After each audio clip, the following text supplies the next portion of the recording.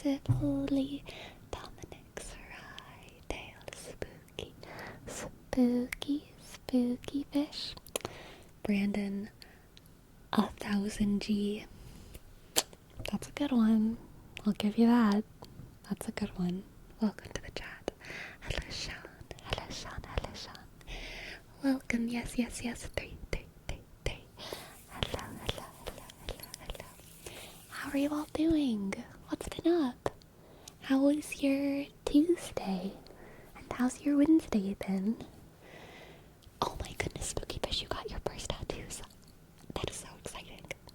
If your first tattoo wasn't a little ghost fish, then I don't know you half as well as I thought I did. Spooky Fish. Sinchobe. Thank you for your sub. First sub of the night. Thank you, and thank you for your little raid as well, Sinchobe. Thank you. Thank you, Sinchobe. Thank you, Sinchobe. S I dot N click C H click Osk Bishk Esk. And have a good night, Sinchobe. I hope you get a lot of rest. Sleep well. Be kind to yourself, okay? Be kind to yourself. Be kind to yourself.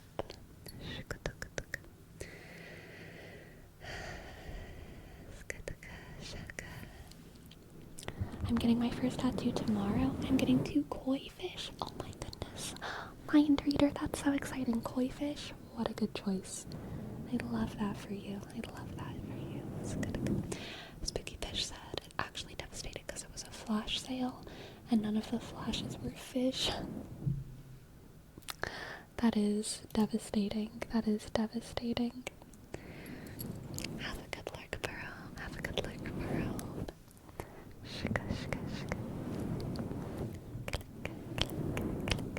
But I got a shirtless woman, more tasteful than it sounds. Okay, and a little gray stone that says feelings. Nice, very good. I'm sure they look great.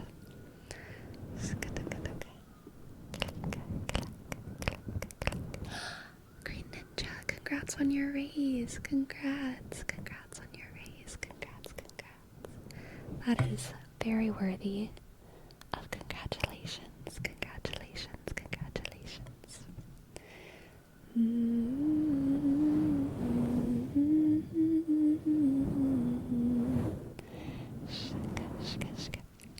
I don't have any tattoos, but a lot of my friends have tattoos, and it's always been a thing that's been like in my life. I don't know. I've always felt like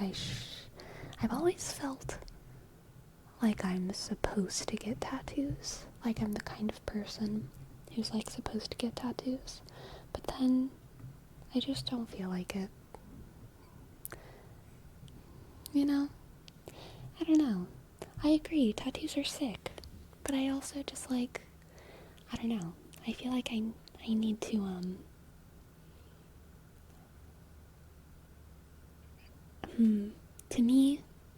for me personally, I feel like a tattoo needs to be like a really, really, really big deal.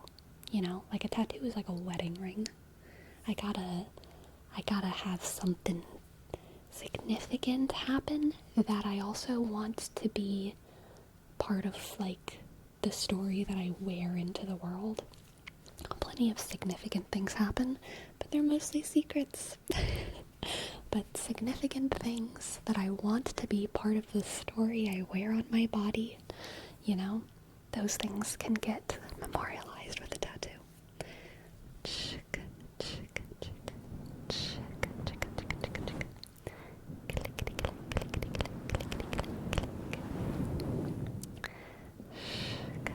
Alright, probably late then we have a word wrap before.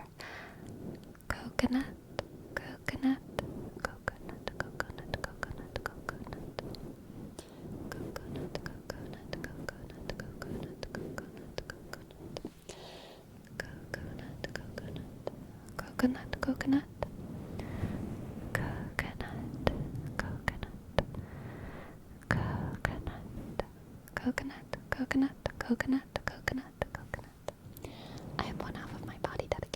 serious and significant or meaningful tats, and once I dedicated to those impulse ones, I love that.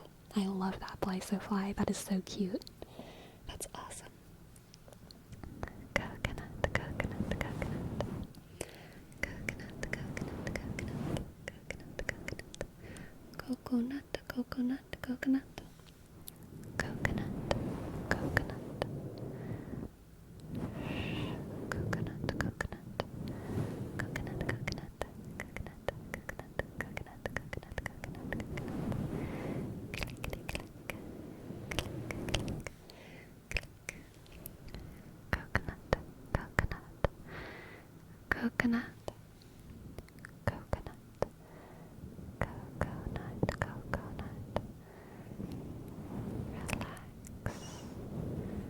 Relax and step inside the coconut. Relax and step inside the coconut. Shika, shika.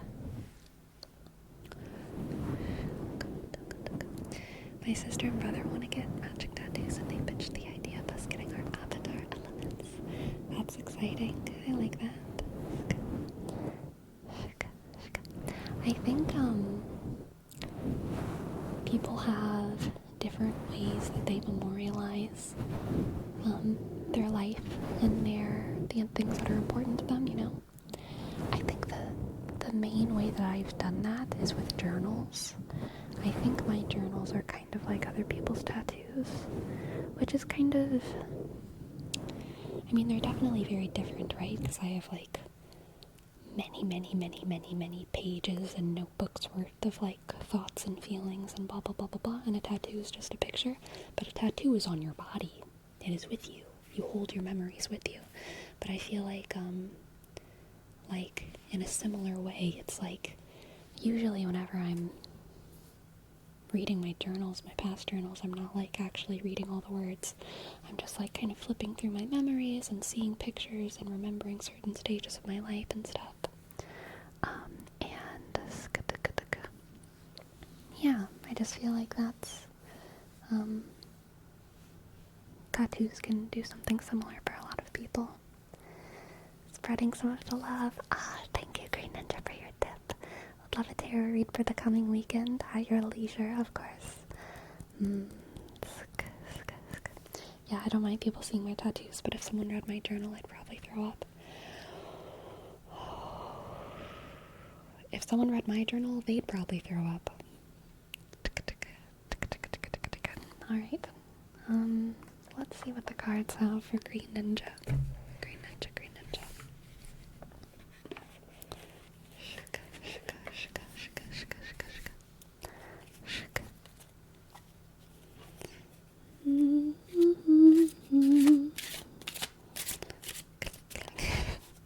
Everyone's throwing up, yep.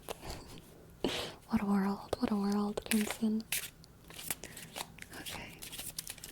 Let's see what the cards have for Green Ninja. We have one jumper. Jumped right onto my lap. Right onto my lap. The Hierophant. The Hierophant jumped out. And then we also have the Hermit. The Hermit and the Hierophant. Quite powerful. Wow, oh my goodness. The Hermit, the Hierophant, and the Sun. Okay, Green Ninja, this weekend is going to be incredibly productive and also fun. I think you're gonna get a lot of things done that are like your personal missions, you know? You're gonna get a lot of personal missions done, and it's gonna leave you feeling good, feeling disciplined and like on top of your shit, you know? You're gonna feel good about yourself. You're gonna feel good about yourself. And you're gonna be able to go into the next week feeling bright and sunny and free and free. Because you are so disciplined and so dedicated to yourself and your needs, so dedicated to your future self, that you're able to get a lot done and even have fun doing it, because you know it's all so important, you know? So important and so good to do. So important and so good to do. You're gonna get a lot done. Let's see what the Oracle has for you. The Oracle for Green Ninja.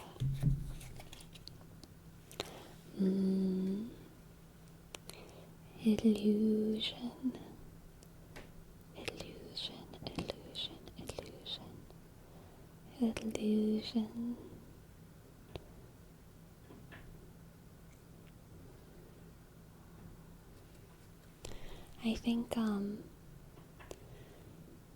I think maybe you're in a little bit of a mental slump right now, right? Where you're feeling maybe like you can't get shit done, right? But you're gonna prove to yourself that you can get a lot of shit done. And you're gonna realize that all of that slump was just an illusion. Just because you're not getting stuff done doesn't mean you can't get stuff done. Doesn't mean that you're bad. Just means you were tired for a couple days, you know? Just means you're tired for a couple days.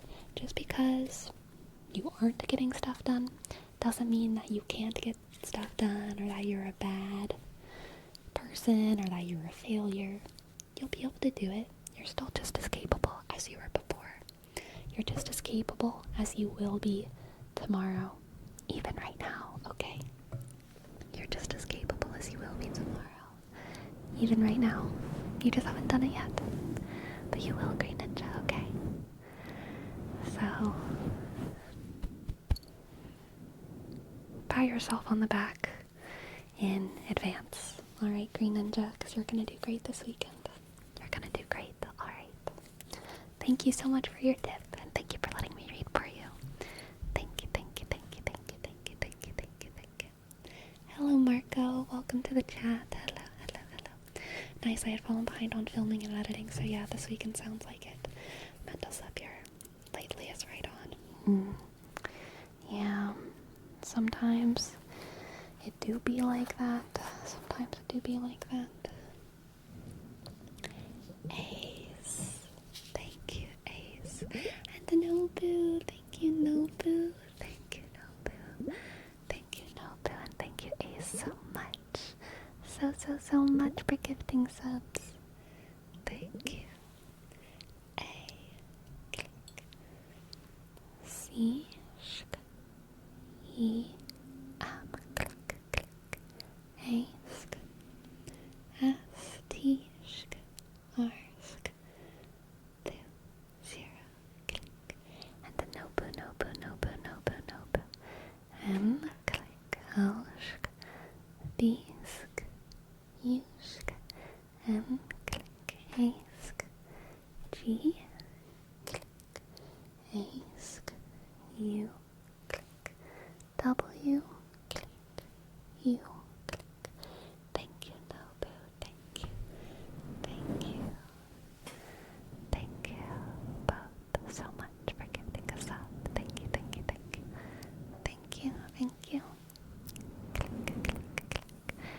Click, clack, clack, click.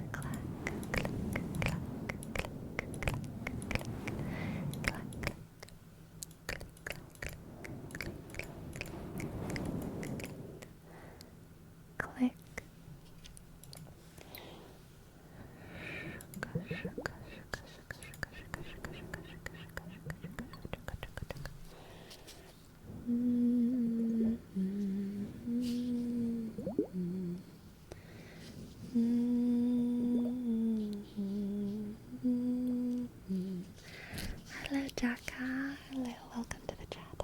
Hello.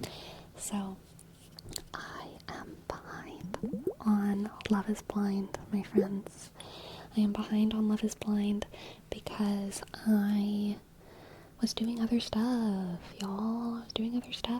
But I did watch all of the Who the Fuck Did I Marry TikTok story. I don't know how many of y'all have watched that, but who boy is it a trip.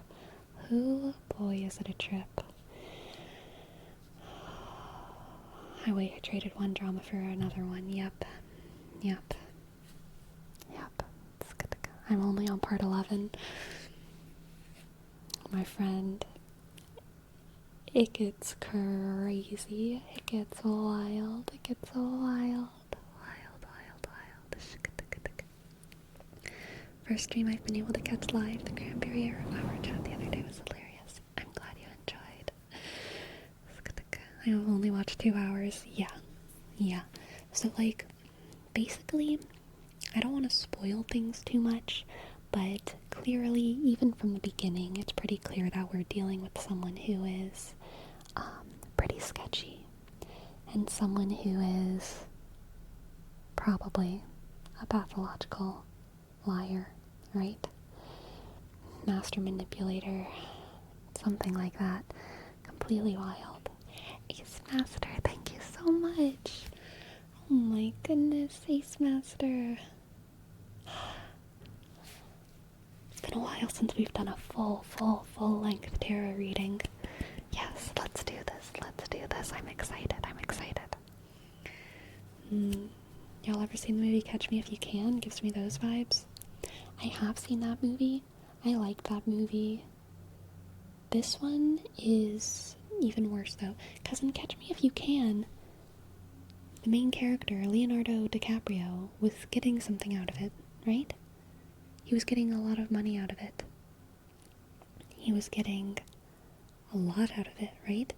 The guy in this TikTok story is just lying to this, like, normal girl. She's not rich. She's working for what? Like the Georgia Police Department? She's not a police officer. She's just a normal girl. He's not getting anything out of it.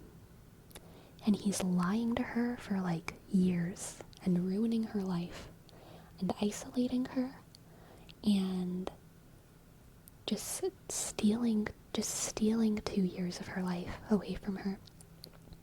And he's doing this over and over and over and over and over again to many different women in his life, many different people, not even partners, romantic partners. Because he can't help it. Like, it's clear that this is mental. I don't really want to call it illness. I mean, it is illness, but it's I want to say like a mental condition, because it's clearly like a personality, like a mental personality thing, like some kind of mix between like Machiavellianism, narcissism, whatever. Just, yeah, completely pathological, liar, scariness, sadness, truly, because it's like what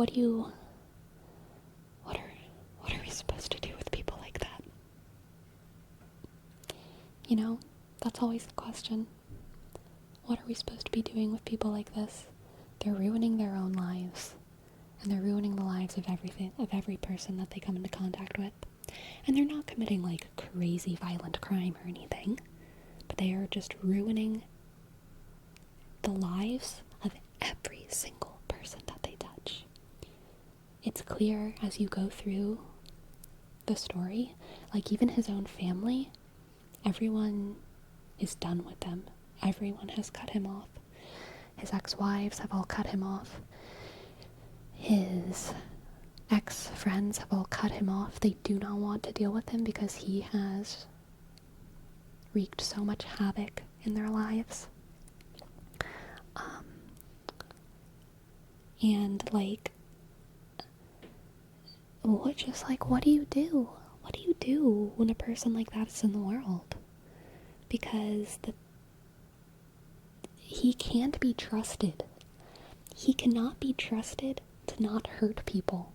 But it's also like, he's not killing people, but he is hurting everyone. Oh, gosh. It's rough.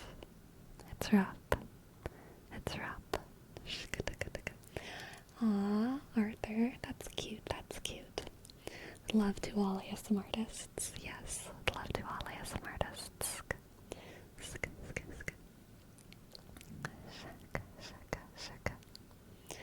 I think you can try to help as much as you can, but I think that's something no one individual can solve. Yeah, I mean, I agree. Like,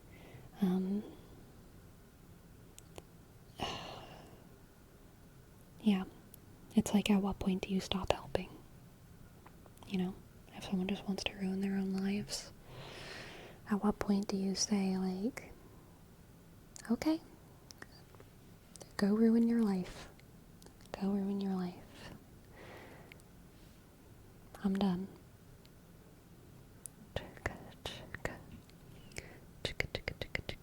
It sucks because even if you shut them down, they'll just find another person to continue that behavior with. Yeah, and they have, clearly. They have. Many times. Just horrible. Horrible. Okay, we can talk more about Legion and his absolutely demonic energy after we do this reading for Ace Master, okay? What do the cards have for Ace Master? Ace Master. Ace Master. Ace Master. Ace Master, I feel your energy. This is strong. This is strong. Strong energy coming through. We have the Four of Cups, the Eight of Swords, and the Ace of Swords. Okay, I feel like you are suspicious of something, which is funny considering the topic that we were just talking about. But I feel like you are suspicious and, you're not acting on your suspicion, right? That Four of Cups is kind of sitting uncomfortably with something. Sitting uncomfortably with something. And then this, Eight of Swords is stressing uncomfortably with the thing that you are sitting with, right? But this Ace of Swords is what you're gonna find. What you're going to find. This Ace of Swords is your inciting incident. Inciting incident, okay. So if something is going to happen that's going to change you from being in a passive state to, I think, being in an active state, being passively uncomfortable to acting. So let's see what that Ace of Swords is. What is our inciting incident? We have the World, the Page of Cups, ooh, and the Six of Wands. Interesting. Okay, so I think what changes you from being kind of passive to active in this situation, Ace Master, is some kind of outward validation or attention, okay? Some kind of outward validation or attention. I think that you're going to find some sort of success in some area of your life, and you might be in a you might find yourself in a little bit of a new context, meeting different people, and it's kind of like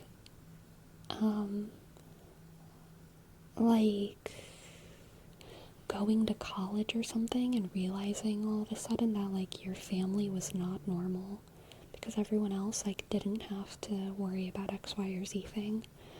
Or, like, talking to your friends for the first time about, like, your weird relationship and realizing that it's not normal. No one else had to deal with that weird thing. Or, honestly, with the Page of Pentacles, it could very much be getting a new job and realizing that your old job was not normal and that people do not usually have to deal with X, Y, or Z bullshit at their jobs.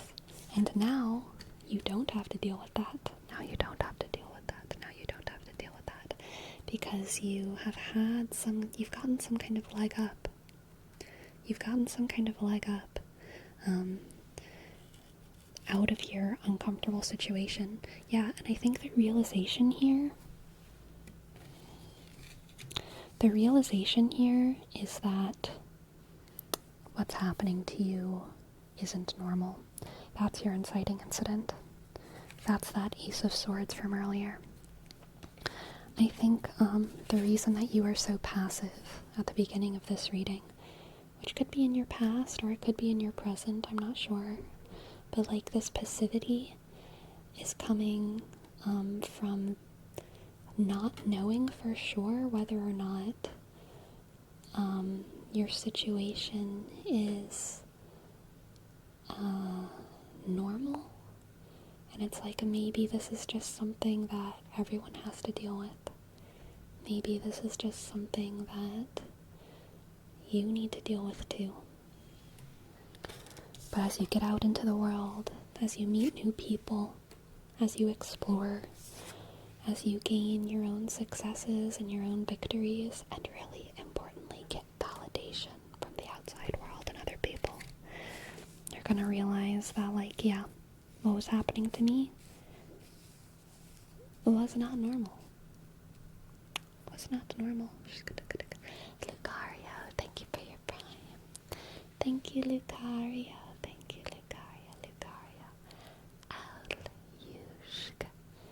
C-A click ask. I-dot. Oshk. H-sk.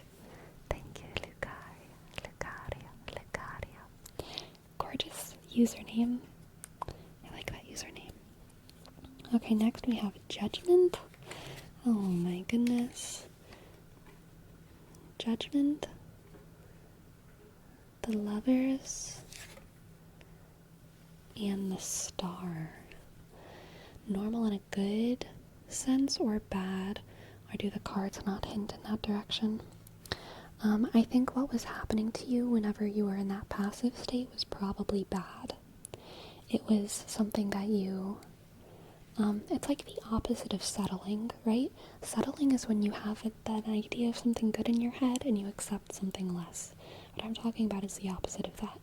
You don't know what's normal, you don't know what's good, and so you accept something even though you, like, should have a better idea of what's normal and what you deserve and what you've earned.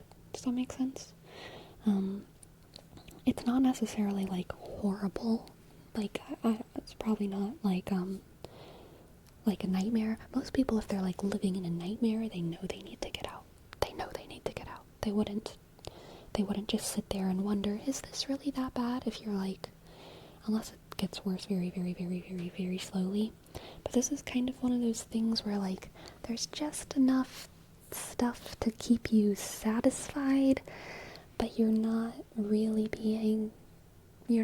happy, and you don't know if you have the potential to be happier, and if you have the capacity to, like, be in better circumstances. So you just stay, you know?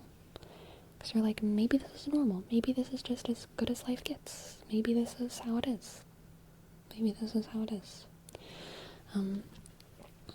Okay. So, then we have Judgment, the Lovers, and the Star. Damn. Okay, this is self-love. This right here is self-love. This is you realizing how much you are worth, Ace Master. Oh my goodness. This reading is all about you realizing how much you're worth. And realizing that you have a right to pursue happiness, to create your dream life. Because no one deserves anything in this world. Like, everyone both deserves their dream life and also, like, doesn't, right? Like, we're all just, like, flapping our arms around and whatever. And because of that, we all have a right to kind of try and flap our arms in the direction of happiness. Okay? Including you. Including you. You do not need to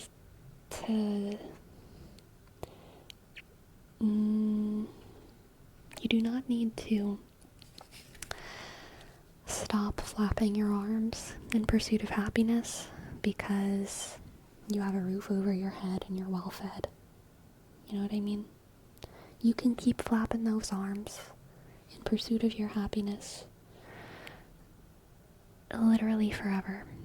You can keep flapping your arms in the pursuit of bettering your circumstances forever, because you are so worthy of love. You are so worthy of love, and like the greatest way to love yourself, right, is to try and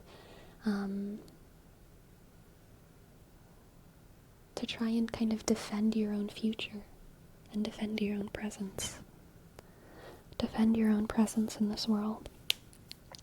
Here, the lovers and judgment are all about reflection. You looking at yourself honestly, and realizing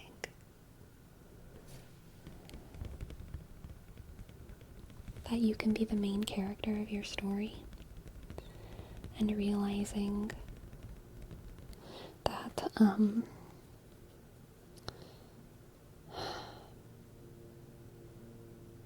I'm really getting like falling in love with yourself, you know? I heard someone define love once as trusting someone else to change you for the better. Trusting someone else to change you for the better. And this is kind of like that, except you're doing it to yourself, right? You're looking in the mirror and you're looking at your situation and you're thinking like, I feel like maybe I need to trust myself to change myself for the better, which maybe sounds like oxymoronic, but I think that there's like a truth in there. Seeing yourself as if you're someone else that you are in love with. Seeing yourself the way you're, the idea of like, the way you, I don't know who it would be in your life. Seeing yourself through your mom's eyes, seeing yourself through your dad's eyes, seeing yourself through your best friend's eyes, and thinking like, this person deserves the world. This person deserves to eat good food, get paid well, do a job they love, play some board games if they want to, buy some comfy shoes, have a comfy pillow. You know what I mean? Love yourself. Truly, truly falling in love with yourself. And the star, I think, is also kind of an iteration of that. Not just seeing yourself as a human that you need to sustain, not looking at yourself in the mirror and thinking like, there's the body that I have to work to uphold, I guess. There's the machine that I have to live in. But no, like looking into the mirror and seeing the sparkles in your own eye and seeing yourself smile and getting happy at seeing yourself smile and feeling like, that's the person I want to defend. That person is someone I want to protect. That person is someone I want to love. That person in the mirror is someone who I am in love with. And I want to serve the way I would like serve like a lover. You know what I mean? I want to do things for that person to make their life happy and wonderful. That person should never have to wonder if some kind of unsatisfying, painful, sad situation is something they can deal with for the rest of their life, you know? Like, no. I should change that person's situation so that they don't have to deal with that icky thing. That person doesn't need to deal with icky things. That person should get to be happy. Should get to feel love and find love. gotta be kind to yourself and make yourself feel secure. Very, very true. Very, very true. Let's get an oracle card, okay?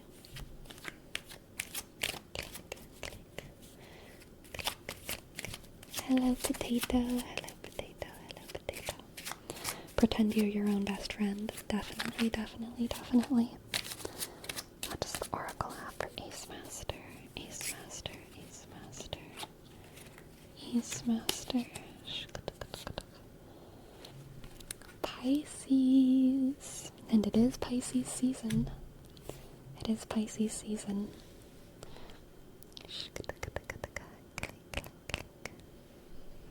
Okay.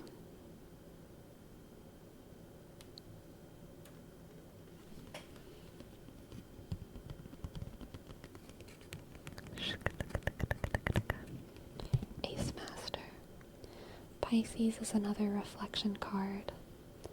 Pisces is another reflection card. Seeing the world in yourself. Seeing yourself in the world.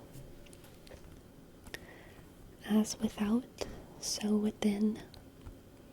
As above, so below.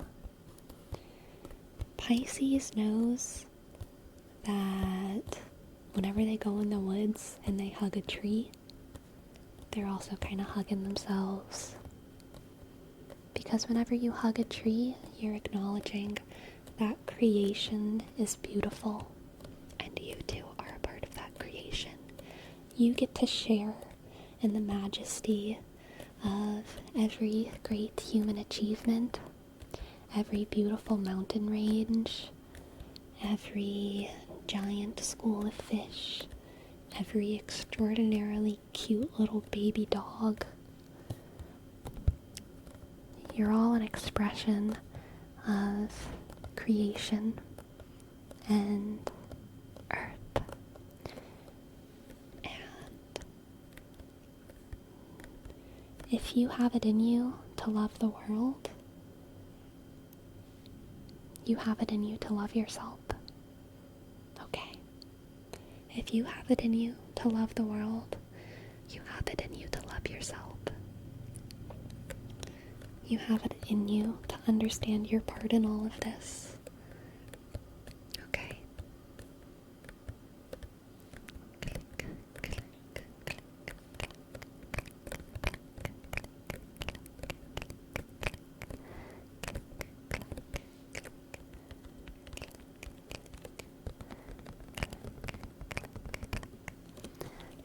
Thank you so much for letting me read for you. I hope you enjoyed that. I hope you enjoyed that. And I hope that it resonated. Ace Master, Ace Master, Ace Master, Ace Master. Remember to love yourself. Remember to love yourself. Remember to love yourself. You are beautiful. You are part of this great cycle, okay?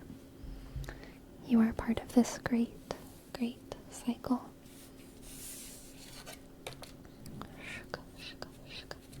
Hello, tanned waffles. Hello, tanned waffles.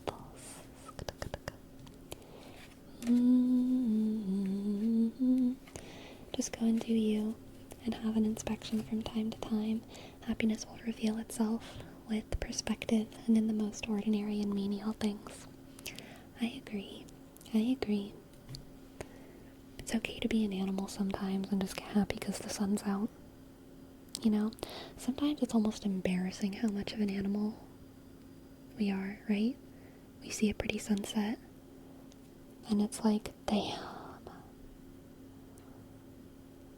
This is better than a good day at work. Damn, this sunset, better than a good morning text. Damn, this sunset, better than, like, prayer. Like, sometimes we're just animals. Sometimes we're just animals living on the earth. And that's okay. That's okay. It's good.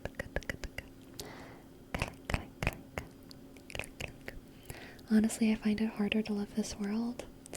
If you have it in you to love yourself, you can also find it in you to love the world, I think. It can also go the other way.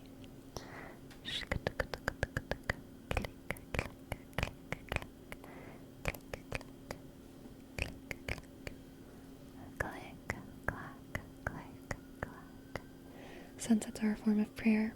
Personally, I would agree with you, but I've been awake 22 hours, and as I had to go to the office, when I finally snooze, this sleep will be better than anything I've experienced so far. That's an animal moment for sure, for sure, for sure, for sure. Absolutely.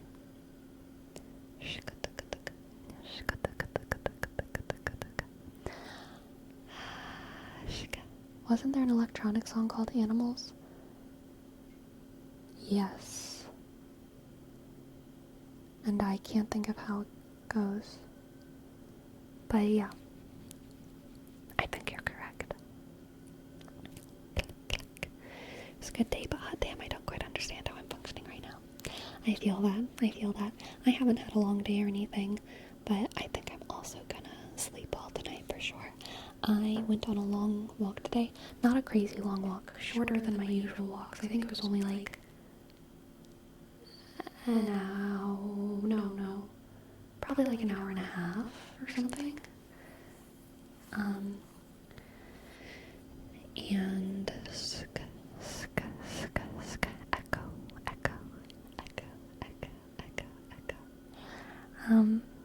Maxwell. Thank you so much for your sub. Thank you, Maxwell. M A X W H E click L click 21. Welcome to the chat above 10k. And thank you so much, Maxwell. Thank you for your sub. Good evening to Italy. 10 months is the longest I've been sub for someone. Amazing. Thank you.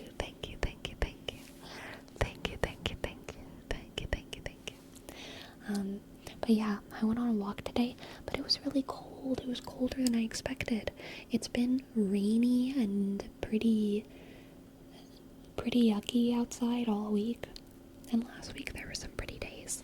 Last week I was able to go on some nice walks. And I was really hoping I could go on more walks this week, but this week has been crummy. And today I was just like, gosh darn it, I'm gonna put on a raincoat and go on a walk anyway. Because it's warmer today. It was like 50 degrees, but it was windy and drizzly, which made it feel colder. And the cold definitely saps me up my energy a bit, you know. I feel like anytime I go on a walk in the cold, I'm just like very tired for the rest of the day. I'm not crazy tired right now, but you know, I'm gonna sleep well tonight. I feel it in my bones. The cold, the tiredness. Okay, for Butt Ghost, we have a word wrap for flip flap.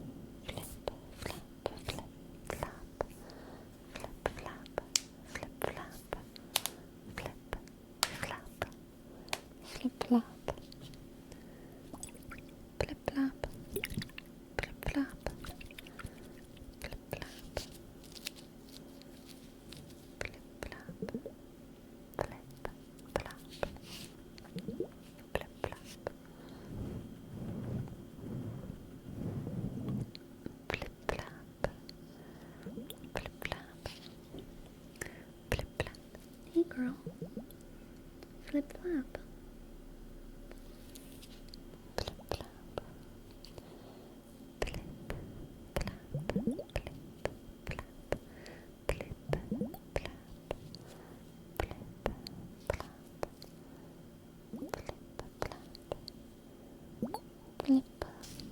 Flap. And Yakinosa, what can I read for you? Yakinosa.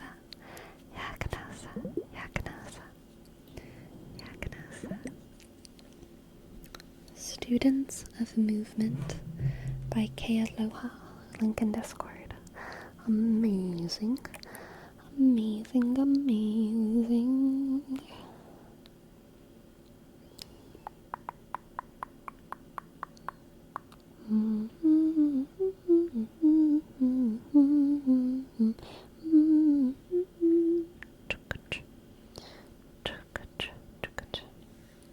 All right, students of movement.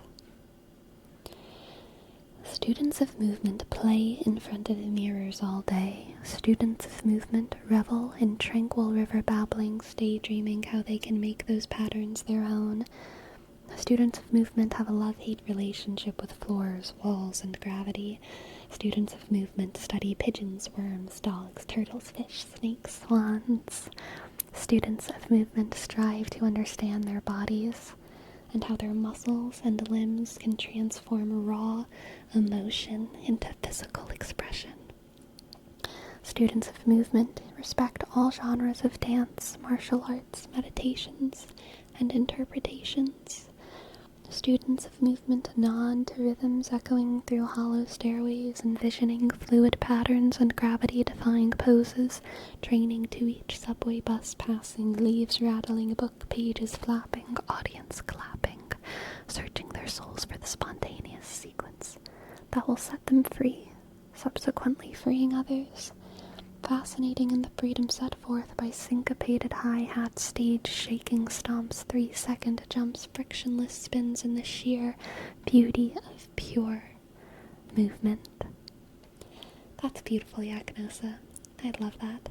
The poet laureate of Hawaii. Nice, nice, nice.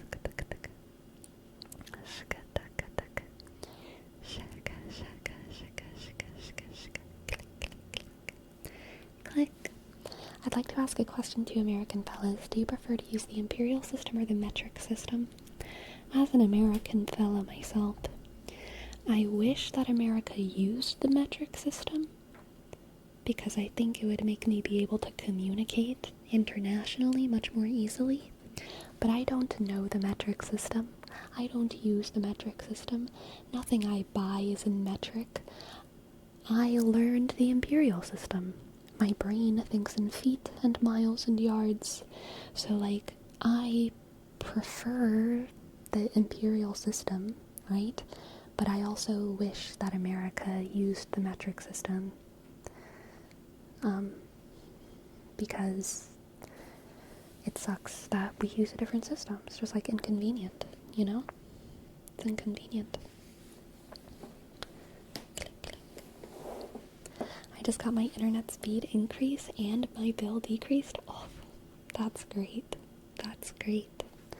Very nice, very nice, very nice.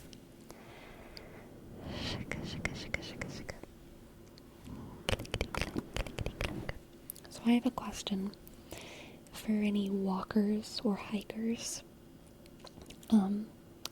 So as I've talked about a little bit, whenever I was younger, I had some OCD symptoms, and as I've gotten older, they've gotten much, much, much better. They used to be, debilitating, and as I've gotten older, they're not. They're really not at all, which, bless. Love that for me. But there's still some remainders, right? Some echoes of these brain patterns and thinking things that aren't really OCD. They're more I guess they're kind of just compulsions that don't necessarily need to be pathologized. But a lot of them come up whenever I'm walking, and I think it's actually part of how I self-soothe, and it's part of why I like walking so much.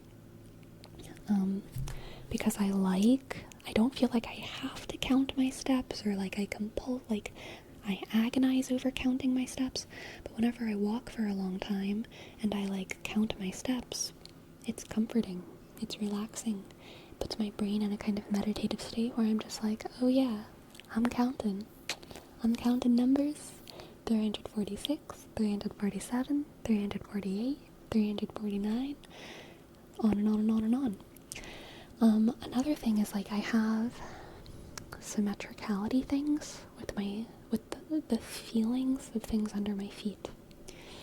And I've had this ever since I was little. Whenever I walk, if I step on a rock, or I step on a crack in the sidewalk, step on a branch, and I feel that thing under my foot, I want to feel something under my other foot as well. So the most intrusive way to do this is to, like, stop walking and step on that same thing with my other foot. But usually what I do is I try to find another thing ahead of me that is of a similar size and similar shape, and I make sure that my foot hits that while I walk in that direction, right? So I'll, like, step on a crack, and then if I see a crack similar for it that's a little bit further ahead, I'll step on that crack with my other foot. And I do it with pine cones, and I do it with branches, and, like, whatever might be in my path. But it's not a bad thing. It's, like, fun. It's like a game for me. It's like, I like feeling things on my feet. I like to feel the little things under my foot pads. I love feeling things in the arch of my feet. So that's why I'm like, I don't think it's OCD, because it's not debilitating at all. It's literally fun. So that's definitely changed and evolved as I've gotten older. But yeah, I was wondering if other people do that too, because I've never heard people talk about it.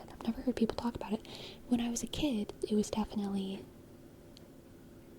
bad, right? Because it was like, I would get really stressed out over not having a symmetrical thing, to the point where it would, like, derail my whole day. So that's what I mean by, like, it used to be bad, and now it's just fun.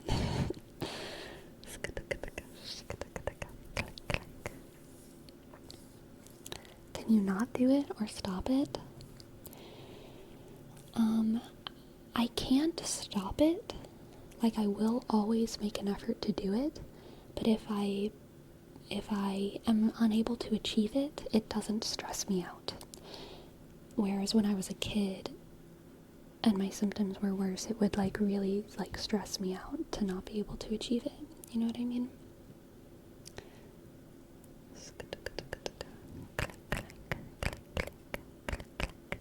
Jose, thank you for your sub. Thank you for your sub, Jose. Thank you for your sub. Thank you. J, click. O, S, E, click. A, sk, N, click. 1, 1, 7. Thank you, Jose. Thank you, Jose. Thank you, Jose. Thank you, Jose. Thank you, Jose. Thank you, Jose. Thank you. Thank you.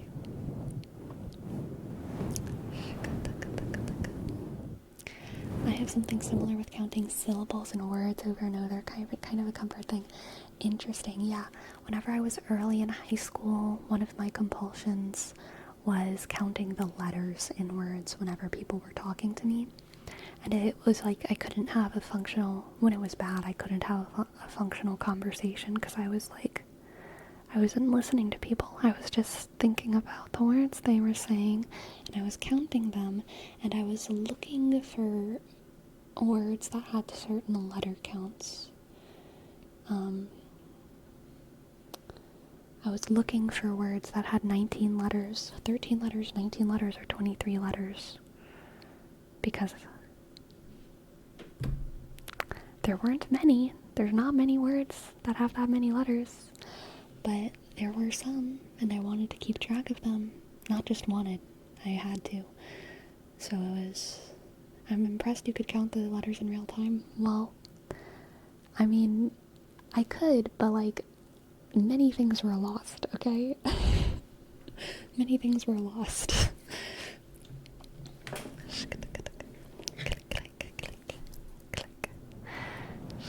LOL, it's a trade-off. Yeah, I mean, like, so most times people were talking to me, most words were obviously not that many letters.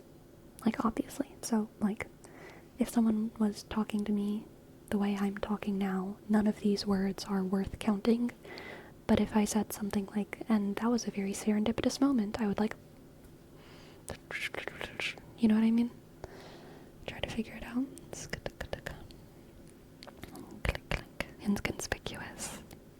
Inconspicuous, yep. My OCD also lines up with my superstition because at work I hate stocking things in amounts of 6. Ooh, yeah. I had a lot of superstition stuff as well, for sure. Farewell, Arthur. Farewell, Arthur. Farewell, Arthur. Farewell, Arthur. Have a good day. Have a good day. I hope your tomorrow goes great. Yeah, it's not that much of a problem. I think we have an overdiagnosis problem in our societies. We try to match everything to a category. If it doesn't prevent you from being functional, maybe it's not that big of a deal. I totally agree, and that's why I don't consider myself as having OCD. But when I was younger, it did prevent me from being functional. So,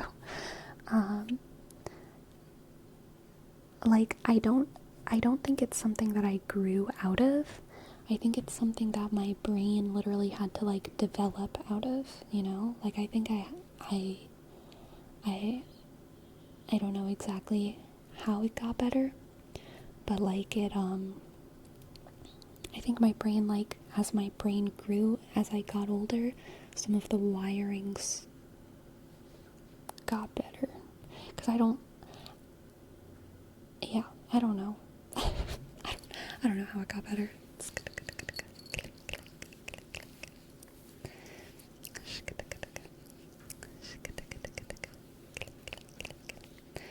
You rewired your brain? I mean, I don't know. That sounds like I did something special, but I don't think it's that either. I went to therapy, and I got on medication, and then I eventually got off the medication. That's what happened.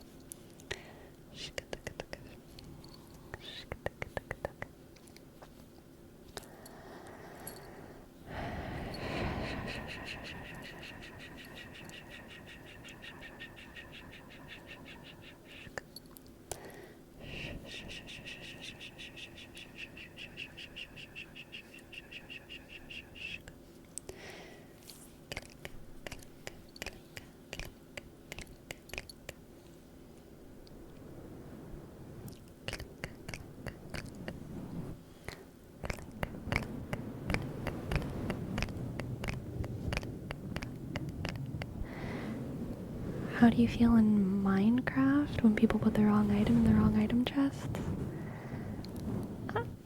I mean, I don't, obviously I'd rather people put things in the right chest, but, that's not a mental, that's just a preference.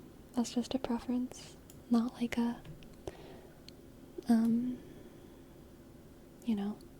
compulsion or anything.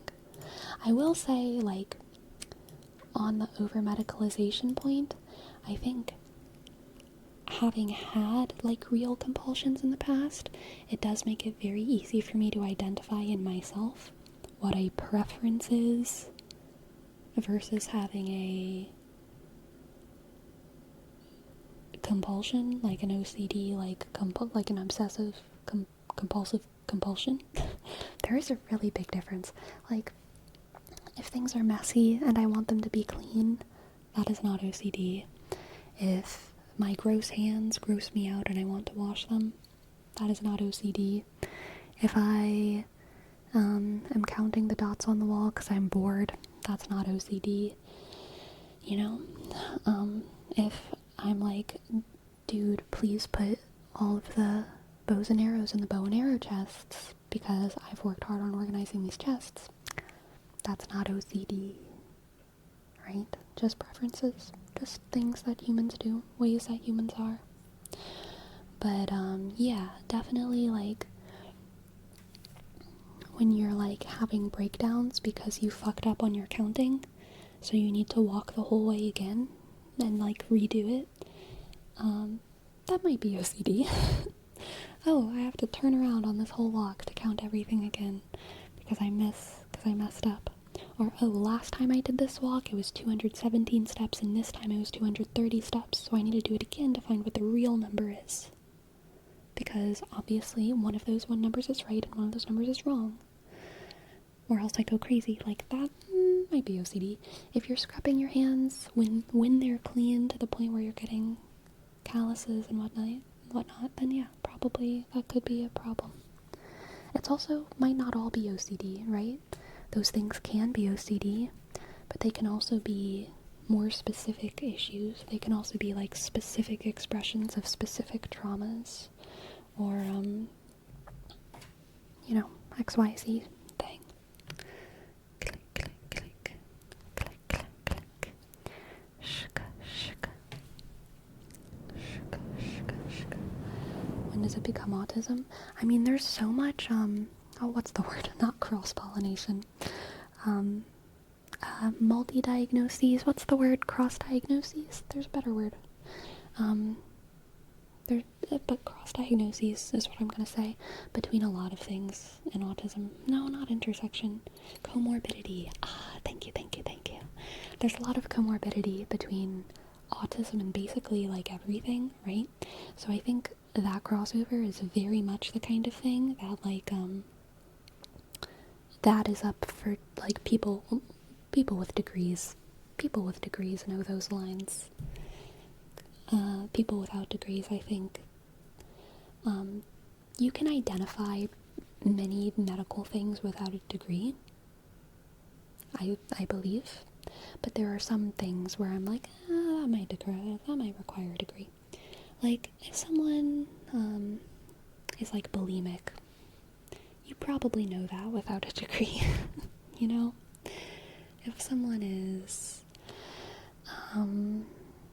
has, like, any kind of specific addiction, it's like, you have an addiction, probably know that without a degree. Some expressions of OCD are so common that it's like, you probably know that without a degree. But yeah, some things are very, very complex, especially when you get into, like, comorbidities, and then, like, diagnoses that have kind of more broad, and largely, like, misunderstood sets of symptoms. Butt ghost, what can I read for you? Butt ghost. But I think, like, autism has, like, one of the widest ranges, right, of symptoms, like, ever. So, it's pretty difficult. Maybe, well, yeah. I can't think, maybe, like, anxiety might have a more broad set of symptoms. But, yeah. It's pretty difficult to know for sure. Unless it's easy. Hello,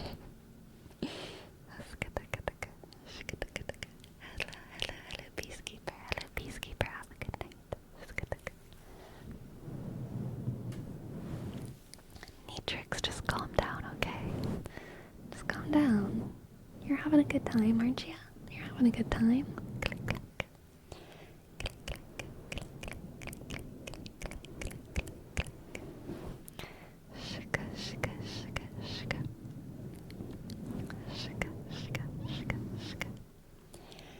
If it's psychological, I would insist go see a specialist. Don't diagnose yourself, you're probably wrong and overreacting. I mean, yeah, I think it's all about, like, a diagnosis should never be an end. Never. You should never just be like, I want to be diagnosed.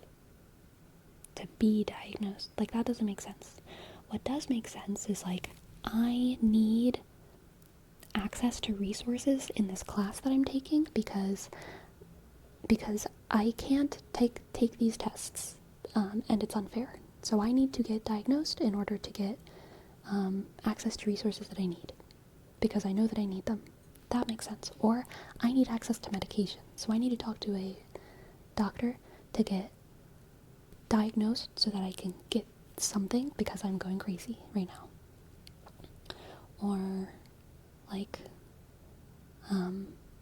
I desperately need to understand myself. I don't understand myself, and I need to know what kind of book, what kind of thing I need help. I need to change.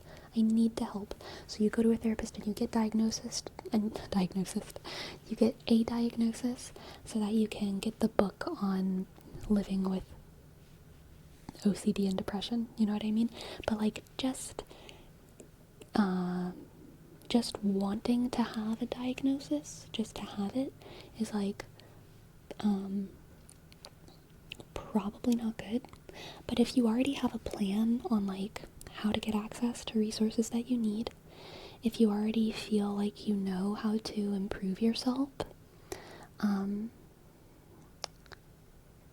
even if those things are outside of like the mental health field or whatever, like if you feel like you can reduce your crazy by talking with your friends more often and going to community events and blah blah blah blah blah, and you genuinely feel like that's helping you, then it's like, do that. You don't need, if you are able to go through life without putting yourself in the medical system, then like by all means. But like there's a lot of people who need diagnoses in order to get things that they need. Yeah, 100% getting diagnosed is just figuring out exactly what you need to get better. Yeah. For sure.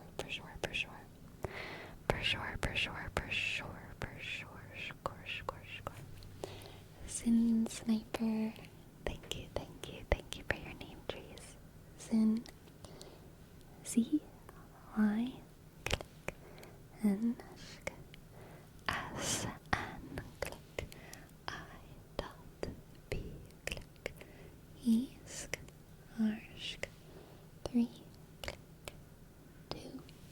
Sin Sniper. Thank you. And Sam. Thank you, Sam. Thank you for your prime so much. Sam the man Cohen. Thank you.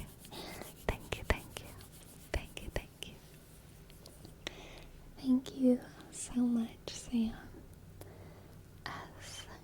A. Click. M. Sk. T. Click. H. Sk. E. Click. M. Sk. A. Sk. N.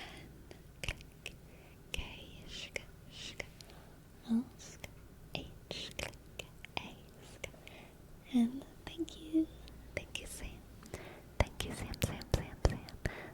Sam. Thank you. Never met a bad person named Sam. Gotta say.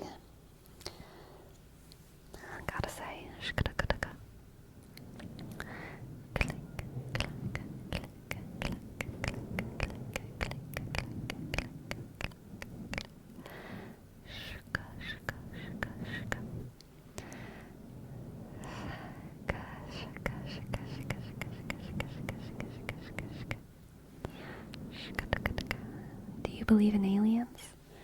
Man, yes. Short answer, absolutely yes, I believe in aliens. Long answer, it don't matter. The aliens don't care about me. Government also don't care about me. If alien war happens, I don't care. If I had a big amount of responsibility in the world, then like maybe I would try and make like a community bunker space, not just for me, right, but for my people. I don't even know who that is, but like for whoever's around me, first come, first serve. I would make an earth ship, right? Fit for any disaster. Maybe a climate disaster, maybe an alien disaster, maybe a war disaster. Who knows, right? But because I don't have those kinds of resources, because I don't have that level of responsibility, because I don't even have a people, not really. I don't know anyone. I'm looking to join someone else's Earthship / bunker when / if the aliens decide to wage war, okay?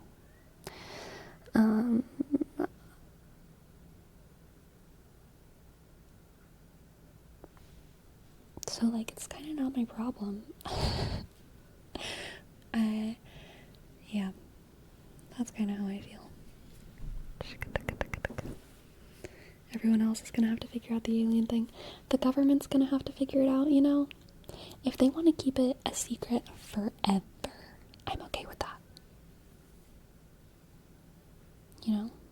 It's kind of like, if my parents have kept secrets from me for my entire life, and I die without knowing those secrets, and those secrets never hurt me, then, like, doesn't matter. It basically didn't happen.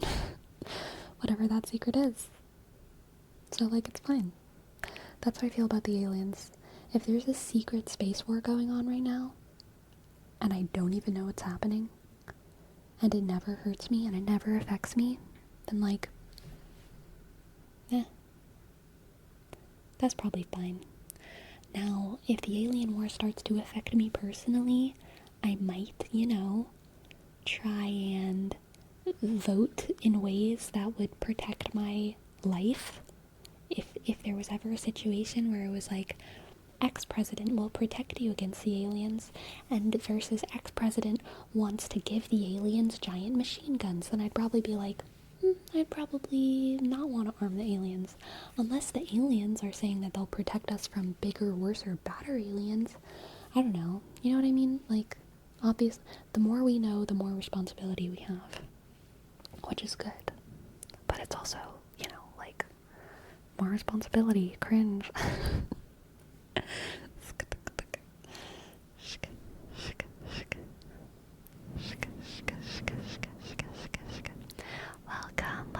Welcome, Smash. Welcome to the chat.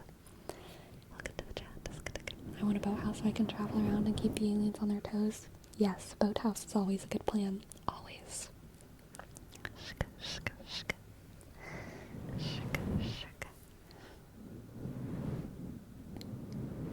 I don't know what super advanced aliens could gain from an Earth war. I agree. But just because I don't know doesn't mean that there's nothing to gain here.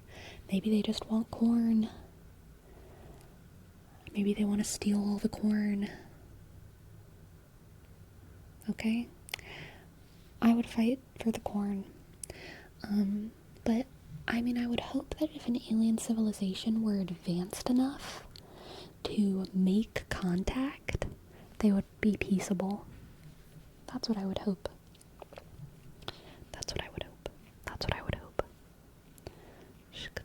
Also, Bud Ghost, what would you like me to read for you? What would you like me to read for you? Random medical, here's your name trace. R, click. A, N, click. D, O, click. M, click. E, oh wait, I, sorry. C, A, click. L, random medical, dot. Then explain all the pyramids. The pyramids were structures of peace. They were expressions of sacred geometry, science, pointing to stars and shit. I don't know. You know how, like, when you were in physical science in, like, 8th grade, and your teacher was like, make a little thing that points to the sky, and blah, blah, blah, blah, blah. And then you did the thing, and then you, like, understood the sky better. That's what the pyramids were. The aliens were like, make a thing, and it'll help you understand the world better, okay?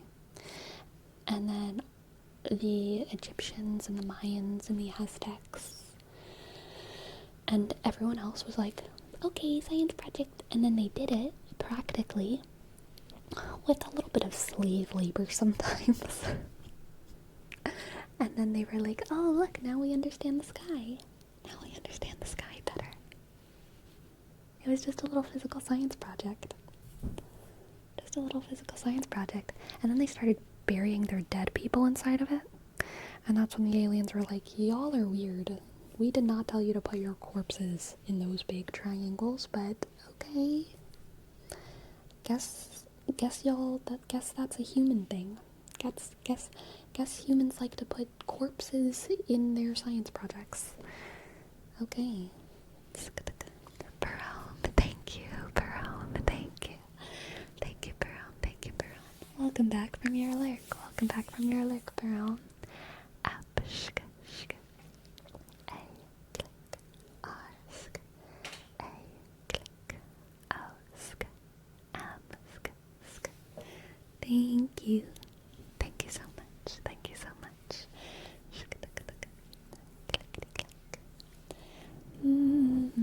And Iorita, here's your name, Trace. I click, O, sh, R, sk, I, dot, D, click, A, sk, underscore. Thank you, thank you. Thank you, thank you. Do you think aliens bury their corpses in the ground too, or do they just laser cremate them? That is something I cannot speak to. I don't even know if aliens leave corpses. Like, maybe they just turn into babies again or something. Or maybe they just turn into plants or trees. Or maybe they just eat each other, or, like, who knows? They just despawn. Exactly. We don't know how aliens work. We've no idea. Straight evaporation? Possible.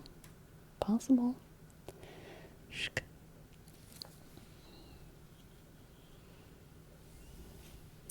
Sleepy, it still baffles me. People still think the pyramids were built by slaves.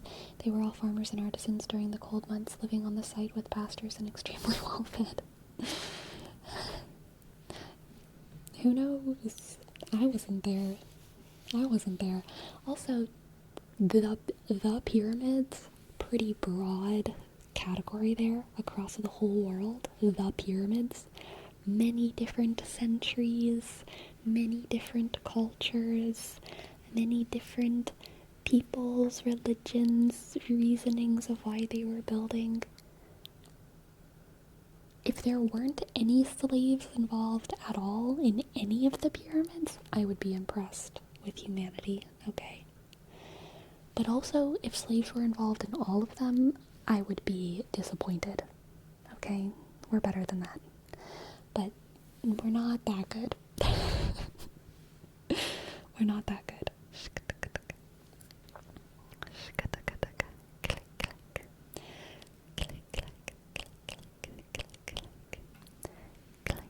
Planning to learn new songs on ukulele? Never again. Nope. I've decided to destroy my ukulele and never play it again.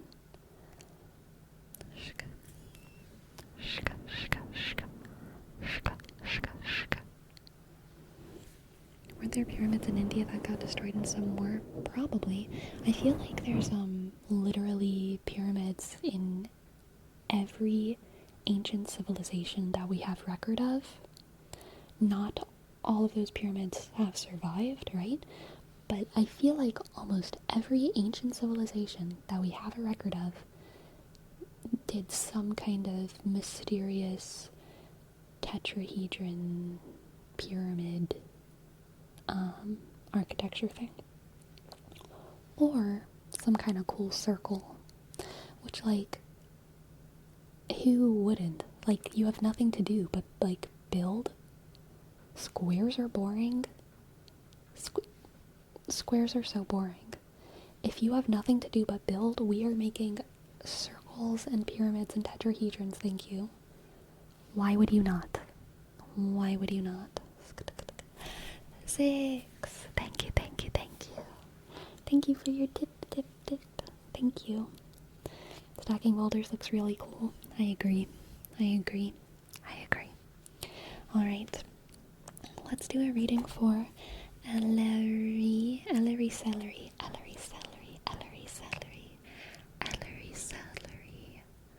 I want to find you in chat, Ellery Celery. Oh, there you are. Are you doing general readings right now? I want to redeem one, but it keeps saying they're out of stock. Yes. Let's do Ellery Celery. Thank you. Ellery Celery.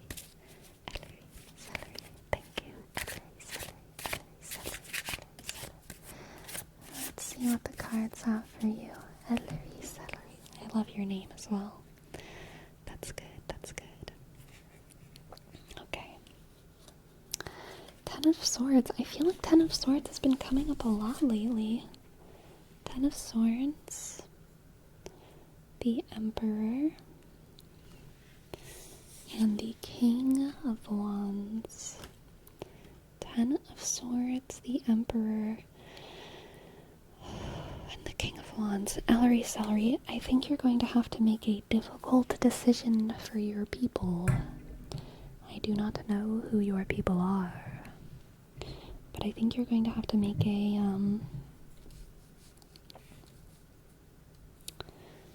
difficult decision on their behalf, basically. Like a difficult decision on their behalf.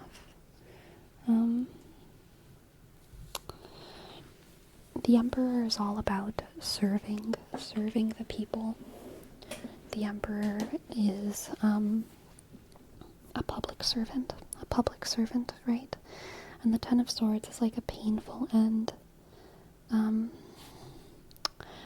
you know what just popped in my head?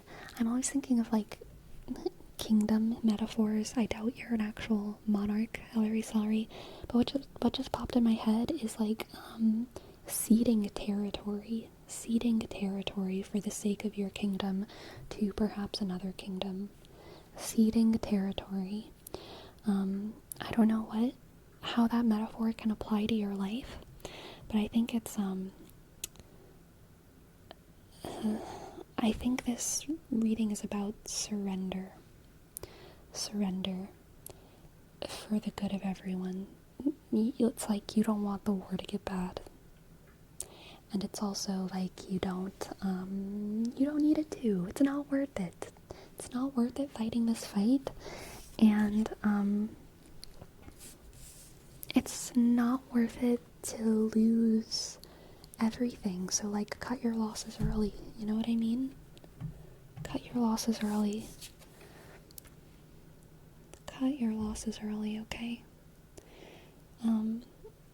Get out of this situation, because not only will it protect your reputation, but it will also protect whoever it is that you're dedicated to protecting. As the Emperor, as that King of Wands, the King of Wands has a good reputation, right? And I think that's why I brought up the thing about your reputation. I think cutting your losses early is a way of protecting the approval that you have.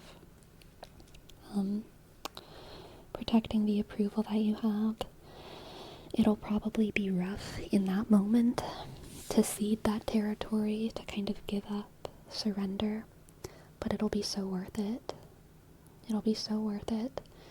This isn't a battle that's worth losing yourself over. This isn't a battle that's worth losing you or any of your precious soldiers over, okay? I hope that makes sense and applies to your life somehow, Ellery Celery. Thank you for letting me read for you. And thank you, Six, for sponsoring Ellery Celery's tarot reading. Youch. My heart goes out to you, Ellery. Whatever's going on. Thank you very much for letting me read for you. Good luck.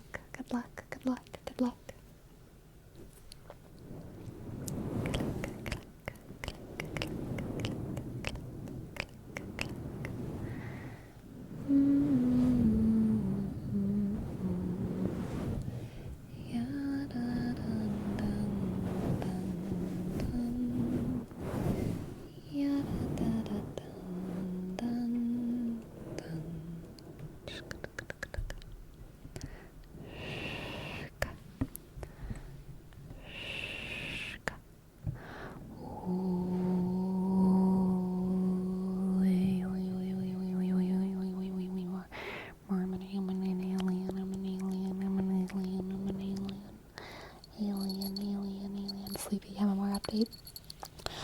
We don't need to talk about my MMR update, okay? Hearthstone Battlegrounds is a stupid game. It's dumb. I'm gonna ding my little bell for new tricks now. I'm gonna ding my little bell, okay? I'm just gonna ding my little bell.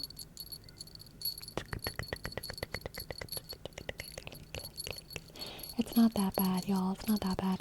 I think my MMR is like 6,200 something maybe right now, but I got up to 6,600 something.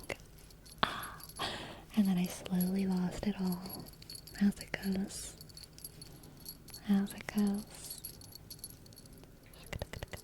Personal best? Yes, I hit my personal best. I did.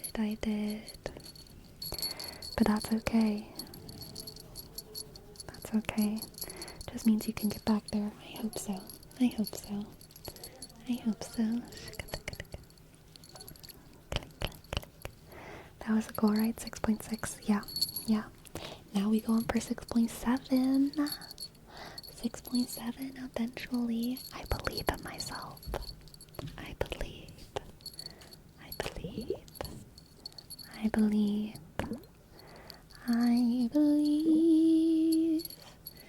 that the Lord God created the universe. I believe that he sent his only son to die for our sins. I believe that ancient Jews built boats and sailed to America. I am a Mormon, and a Mormon just believes.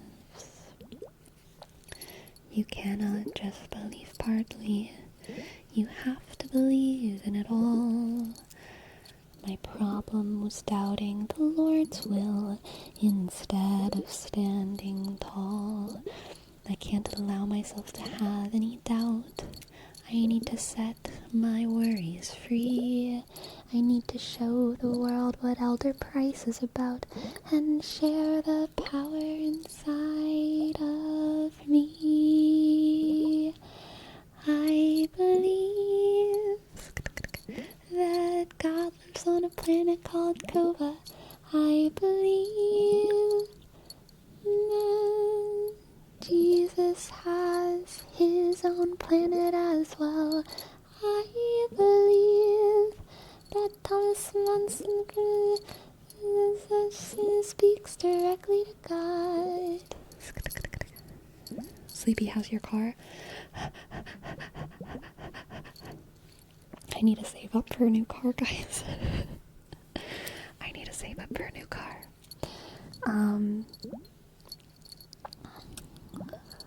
But that's okay. Confirmed dead. It's confirmed dying. It's confirmed dying. Honestly, it's probably fixable, but car has like 130,000 miles on it, and it's like not a nice car. So even that is like, it's a lot, and I feel like things are breaking on it all the time. I have a cracked windshield and a broken mirror and a broken, or not broken, but like a kind of messed up back bumper, and like I'm just starting to feel like this car is done, you know?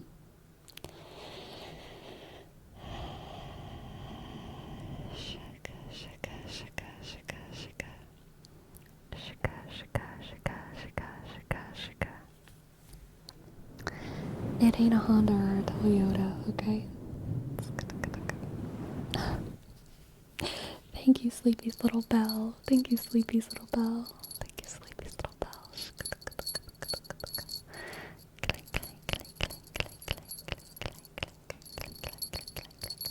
I don't want to go into details on the kind of car, but it's like not a popular car, right? It's not like a horribly unpopular car, but it's not like one of those cars where they're like, that'll last you a long time. It's not one of those. And I have really, I've gone on a couple road trips with it, even though it's not really a road trip car, and it's been flooded like twice, and like, it's been through a lot. So, yeah. But like right now it's having trouble starting. I put the key on and it goes vroom. Then it starts. And I honestly think that can probably be fixed. I think it's an issue with the starter. But like, yeah, definitely like within the next like 3 years, I think I should be trying to get one car. You know what I mean?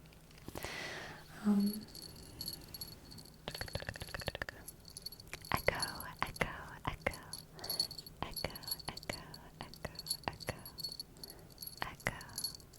Echo's gone. Gotcha. Click, click. Maybe fuel pump or ignition not getting spark. So, it works better after it's already warm, right? So like, right when I start it, it's really rough. But if I go to the grocery store, the gym, wherever I'm going, and then I get back in my car afterwards, it's fine. Like, it starts up just fine. So it being warm helps, but it's when it gets cold that it's really rough for it to start.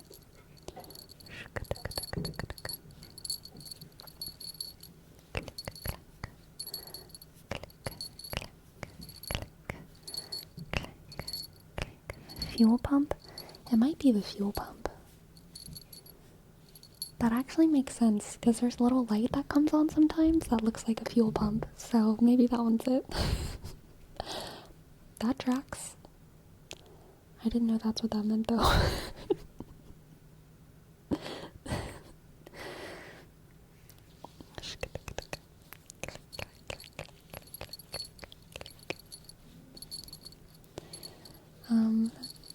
Have you thought on the car you would be buying if you were to buy one right now?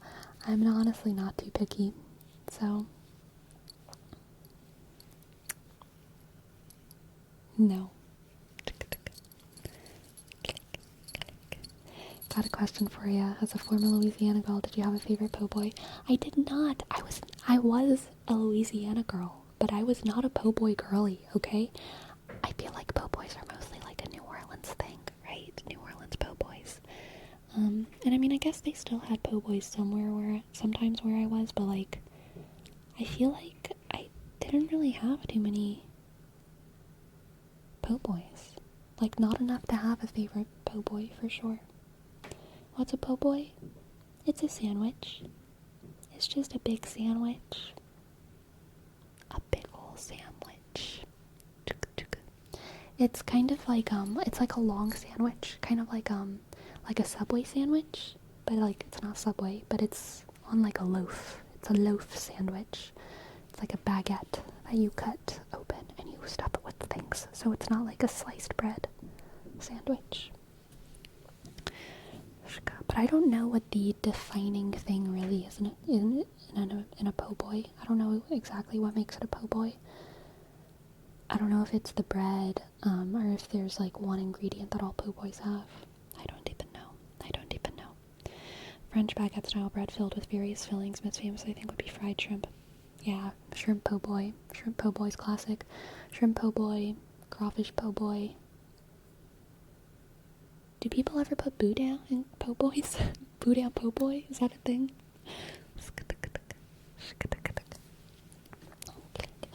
Jaylin, thank you for your sub. Thank you, Jaylin. Thank you, Jaylin. Thank you, Jaylin. Thank you, Jay. Thank you, Jay. J, click, A, click, Y, sk, L, W, sk, N, sk, underscore, 0, click, 4, skwa. Thank you. Is it sold at a specific place? No, it's just sold at like any Louisiana restaurant. I feel like Louisiana restaurants are usually labeled like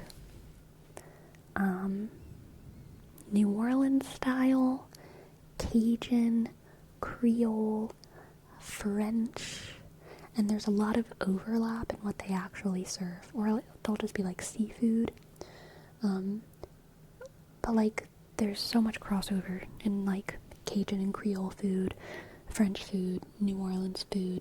There's a lot of crossover there, but there are differences, and if you're talking to like an old lady, an old Cajun lady, an old grandma in New Orleans, they will have opinions about about the way we do things versus the way they do things, about, this is real Cajun, that's how they do it in New Orleans, but this is Cajun. There's kind of a divide in Louisiana between like the urban New Orleans places and then like the Cajun prairie.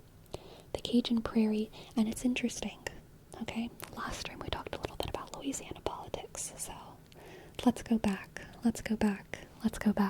Nothing is simple.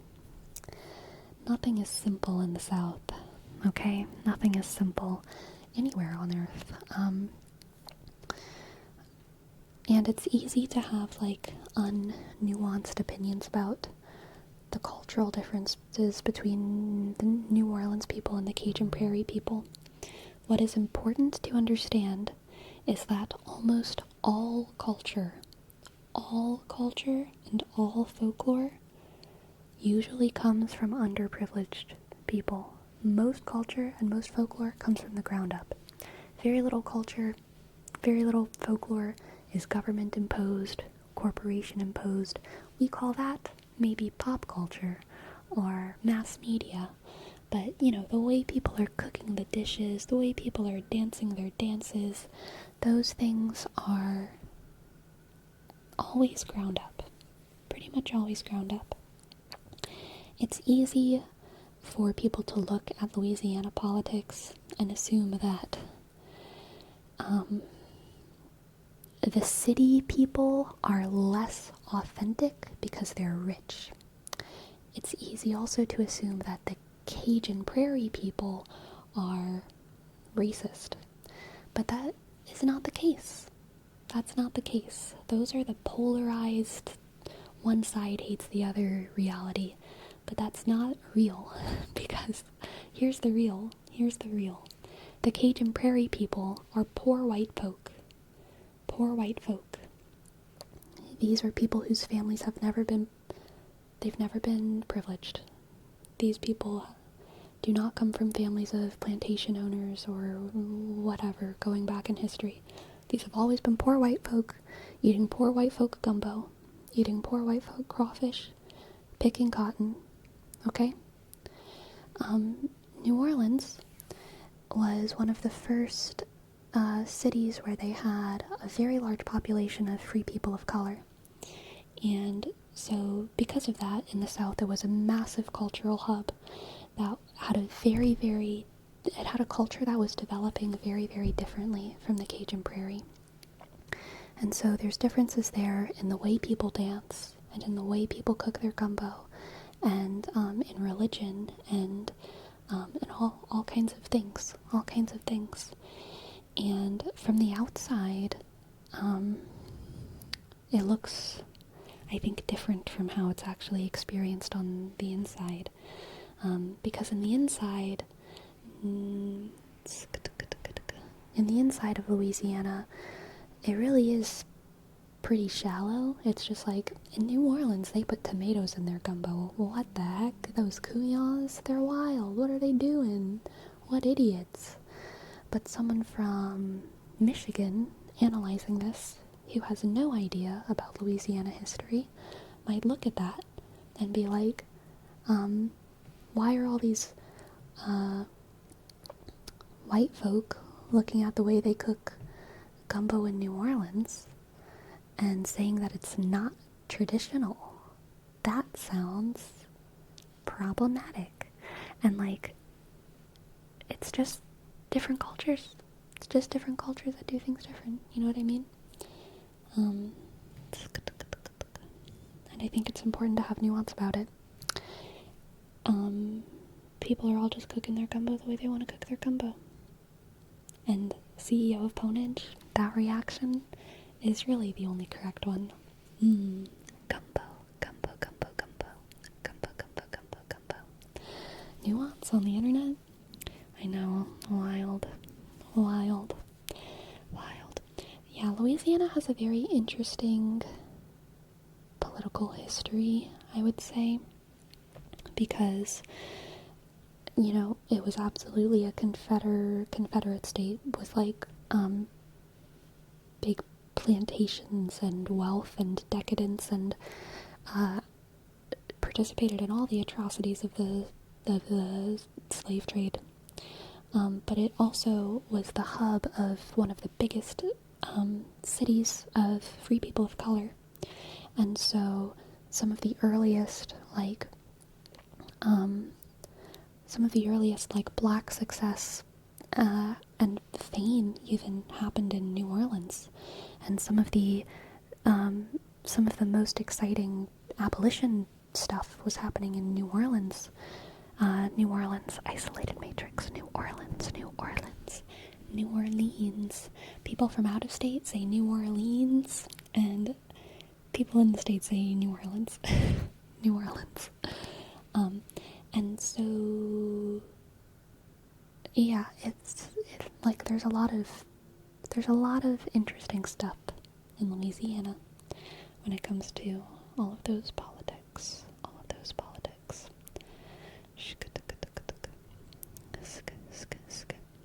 And, like, even though New Orleans had one of the highest populations of free people of color, there was also, even though they weren't like agricultural plantations in New Orleans, because New Orleans was a city, there were still a lot of enslaved people in New Orleans. Spelled like that exactly, Dominix. Like, you know, mansion, household, whatever, slaves. And it kind of goes to show how much the cognitive dissonance must have been at play in slave owners in, like, a really disgusting way, you know? Like, the idea that plantation owners were people involved in the slave trade, the idea that they didn't know that what they were doing was wrong is, like, ridiculous to me. It doesn't make sense. It doesn't make sense. How? It doesn't make sense. You know? Which, yeah.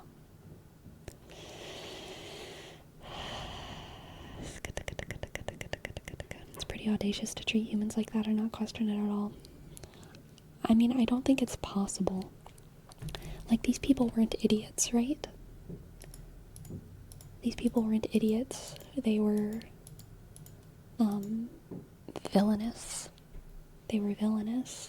And, like, I can't stand it when people talk historically as if, like, they just didn't realize that people from Africa were humans. Like,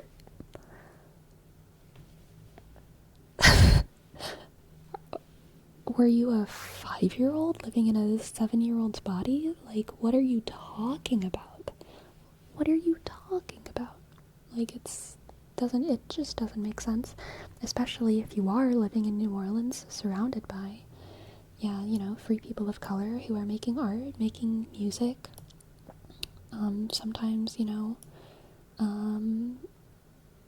owning businesses and all of these things. Like, the delusion. It's just wild.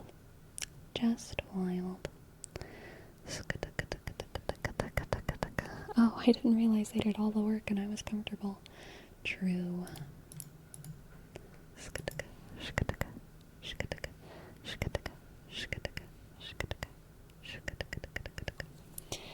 And the idea as well that there have always been people fighting against slavery. You know, there have always been people fighting against slavery. And even to take it out of that specific context, during the early settlement of the U.S., yes, always isolated matrix, during the early settlement of the U.S., there were European people talking about how we shouldn't be infringing on the land of these mysterious natives. Those voices were in the minority, but the idea that humans just hadn't gotten there intellectually or something is like propaganda.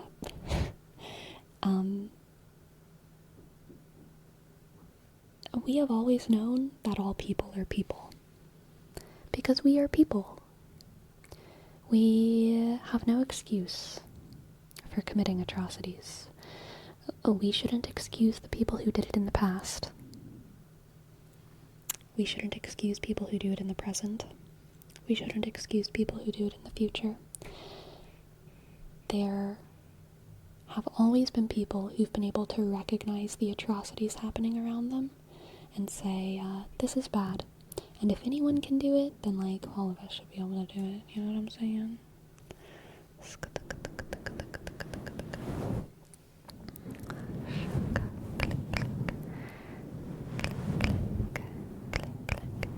There are a lot of politicians that would fight against slavery while owning slaves, which I always thought was interesting. Yeah, it's kind of like I can think of like similar analogies for that. Like today, there's lots of like just bosses who advocate for workers' rights without necessarily giving their workers those same kind of privileges that they're advocating for, you know? Longer weekends, shorter work week, healthcare, etc., etc.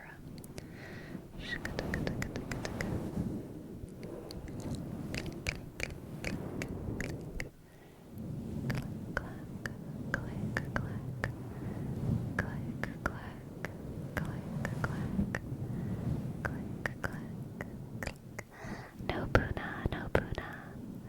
We have Dabadi with echo. Alright, let's see. Let me put on the echo. Dabadi.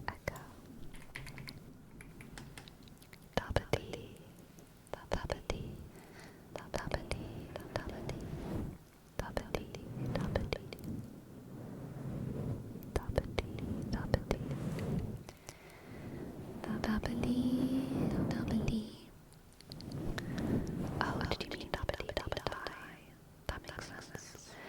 I'm blue, dabadi, dabadi, dabadi, dabadi, dabadi,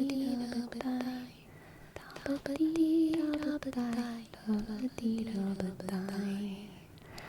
Now listen up, here's the story about a little guy that lives in a blue world. All day and all night, and everything he sees is just blue, like him. Inside and outside, blue his house with a blue little window and a blue carpet. And everything is blue for him and himself and everybody around, 'cause he ain't got nobody to listen. I'm blue, dabba-dee, dabba-die, dabba-dee, dabba-die, dabba-dee, dabba-die, dabba-dee, dabba-die, dabba-dee, dabba-die. Focus. Focus. Focus. Focus. Focus. Focus.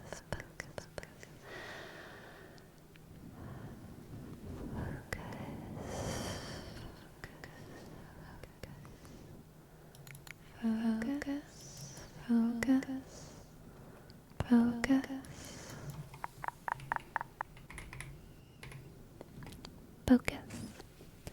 Focus.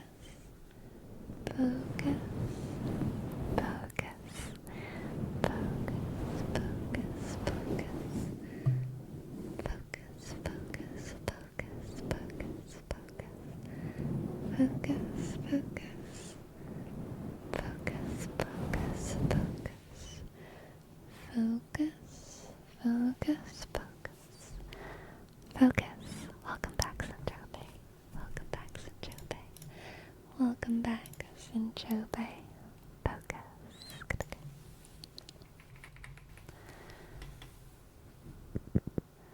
Pyro. Pyro. Pyro,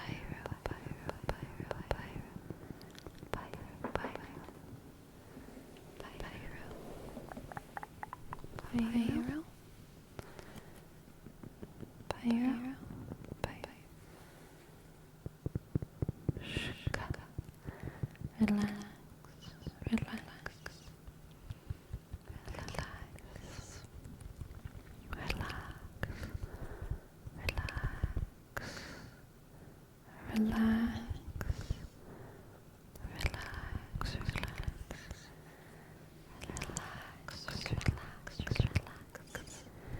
relax,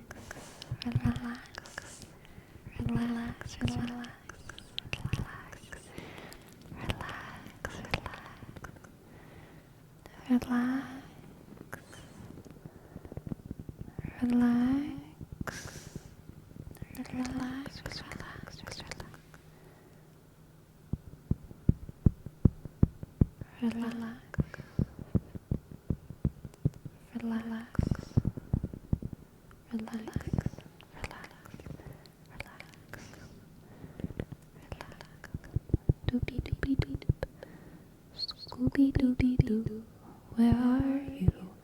We've got a lot to do now. Scooby Dooby Doo, where are you? Something, something, something. Jesus, I do upload these streams on YouTube. I do.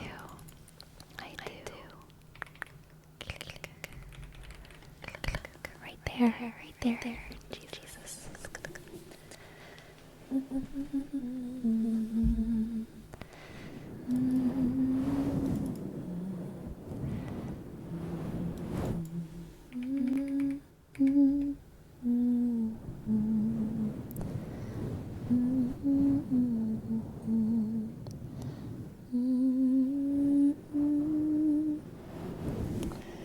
Alright, Beefnip, here's your name trace.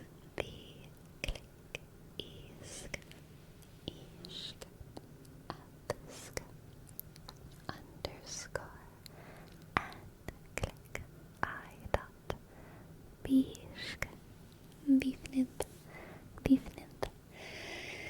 For Destructicon, we interrupt this program to bring you Courage the Cowardly Dog Show, starring Courage the Cowardly Dog. Abandoned as a pup, he was found by Muriel, who lives in the middle of nowhere with her husband, Eustace Badge. Eustace. Narrator. But creepy stuff happens in nowhere, and it's up to Courage to save his new home. Jesus, Jesus, Jesus, Jesus. Jesus, Jesus. Thank you, Jesus, for your prime. Thank you. X, click. J, sk, esk, Z, U, sk, S, X. Thank you.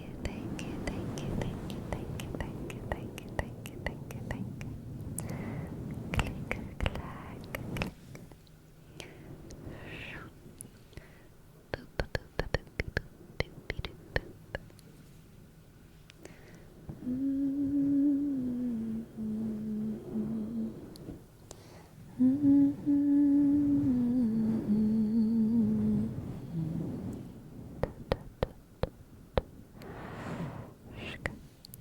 Okay, of Serbia. What can I read for you? KFC? Serbia.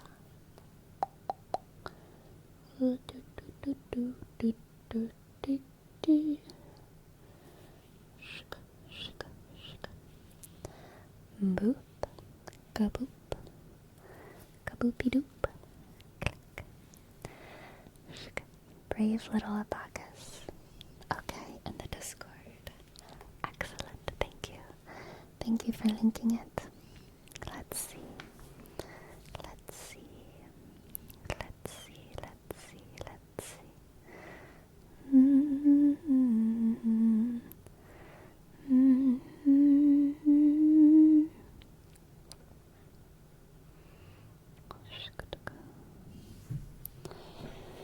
I'll be quiet like my home, sleep sound while you're tread upon.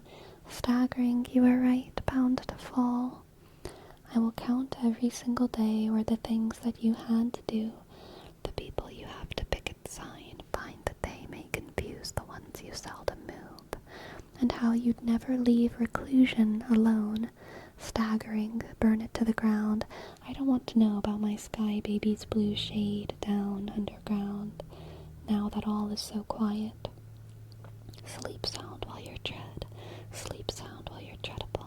Oh God, I dance and bathe down underground now that the gardens are cold and the lone tree is cut down. Underground now.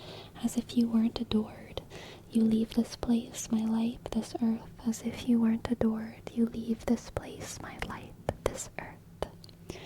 I'm not the kind to write you, though I think I wrote before about some feelings, perhaps anguish, or how I didn't feel alone. It reads, I felt you right there with me, and together we felt them. This year, phenomenal experience in the confines of my home. Over analytic ride, the things we never feel contempt for. How I see you in my car when there's no one else around. There's no one else around, only when I get scared. There, you're smiling like there's something on your mind. The fact this scene is out of the films, its superfluidities rise to greet us. I don't want to know. Next slide, please. Watch as I seat another, a real go-getter. I will go get her. I feel as if I were a child that night I watched her dance, sitting on your basement floor, eyes and ears growing the way the puppet's nose did. Tell me lies like handkerchiefs out your sleeve. May you please just take your mask off. I don't feel as if you're that lost. Picket signs, let's burn them to the ground. I don't know why I'm underground. I like that. I liked that one, KFC.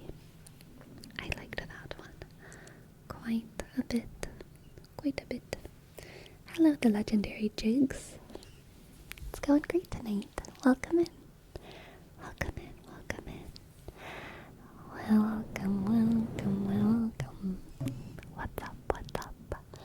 What's up? Sleepy. That's me. It is break time. How did it pass so fast? Oh my goodness, conversation has been flowing tonight, my friends. It did get here fast. I agree, CEO. Okay, my friends, I will be back in 5-ish minutes, okay? 5-ish minutes for more tingles. I'll be back soon. Go pet your fish.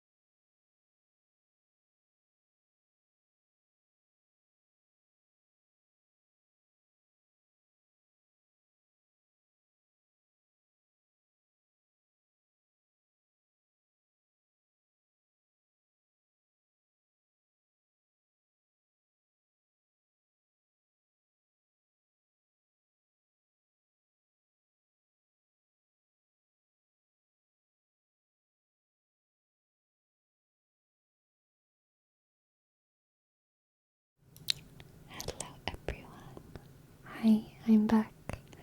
I'm back, I'm back, I'm back. I'm back, I'm back. Y'all, my, literally, like, as of a couple hours ago, apparently, my fantasy singing video, my ASMR fantasy singing video, got copyright struck.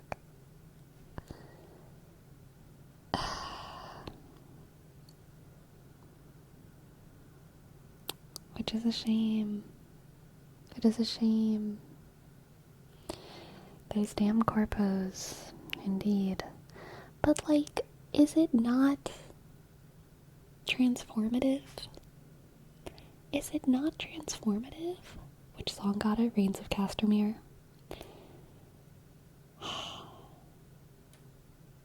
Pretty sure you can't strike a cover. Well, I'll figure all that out later. I don't know how to do all that. I don't know how to figure it out yet. But I will find out.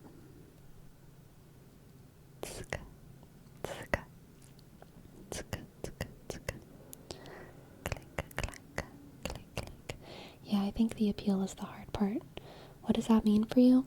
It just means that the video is unmonetizable for me.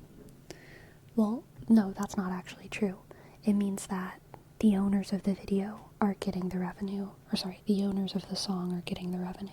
So the video is monetized. It's just all going to HBO or wherever.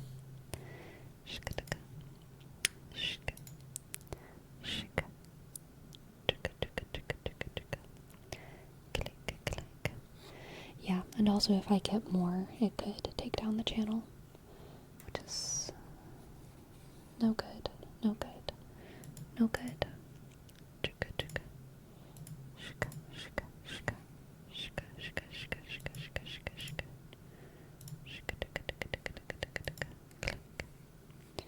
Will you fight it? I don't know.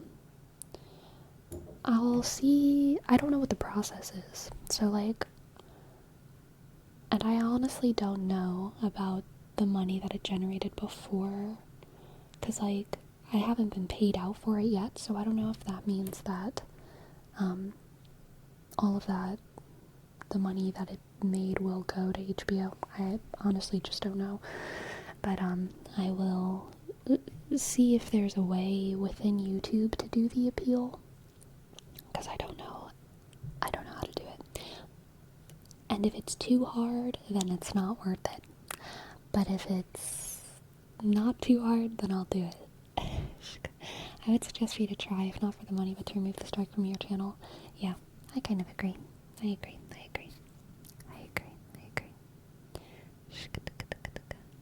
You can appeal to YouTube. I'm wondering if I can appeal on YouTube, or if I have to, like, do I have to email someone and get in touch with someone? Because that does not sound like a fun process. But if within youtube.com there's a button that says appeal, and someone just looks at the video, then I would definitely do that.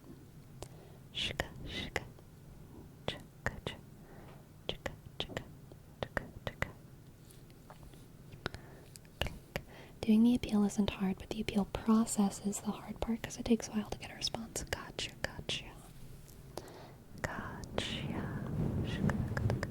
There's a button that has the form and you include relevant information. Maybe I can do it right now. Let's see if I can figure it out. We can figure it out together. Let's see. YouTube Studio. Copyright.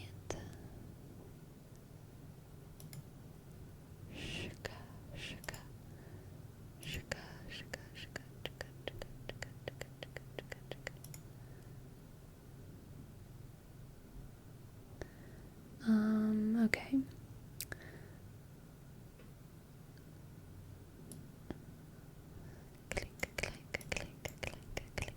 You go to YouTube and go to dispute claim.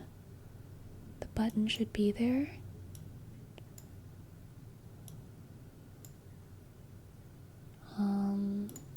the Disky. Content. Tap restriction. Okay. Content.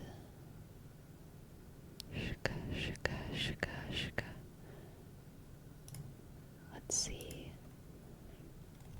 Restrictions.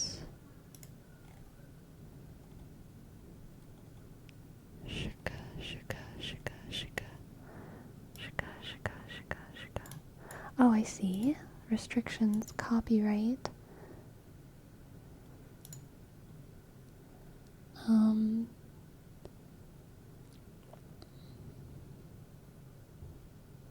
Oh, okay.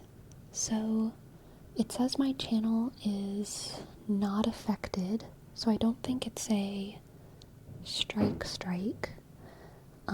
And it says I'm sharing ad revenue with the songwriters, so they're not getting all of it. They're just getting some of it. It is identified as a cover song, which apparently means that they just get some of it.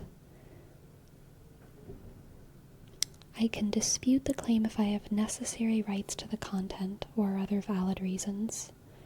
I don't know if I have necessary rights to the content, if it is identified as a cover song.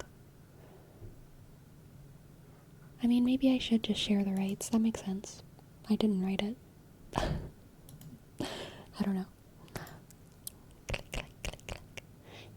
Jesus, thank you. Thank you for gifting 4 subs. Thank you so much. Thank you. Thank you, Jesus. X, click. J, click. E, sk. E, click. Z, U, sk. S, X. Thank you, Jesus. Thank you, Jesus. I have a sneeze in my nose. Are you able to see what share is going to the others? Nope. I could probably figure it out. Because I can see what my CPM is on all my videos, which is my dollars per 1,000 views. So I could probably take the average of that and then compare it to this video and then figure it out, but I don't know if I would care that much. I'll just share it. I mean, it's not that big of a deal. It's kind of just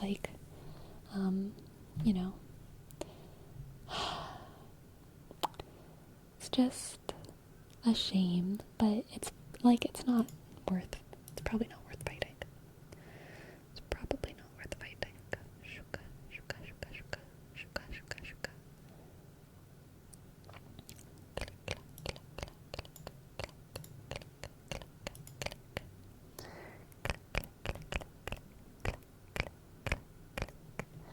Click.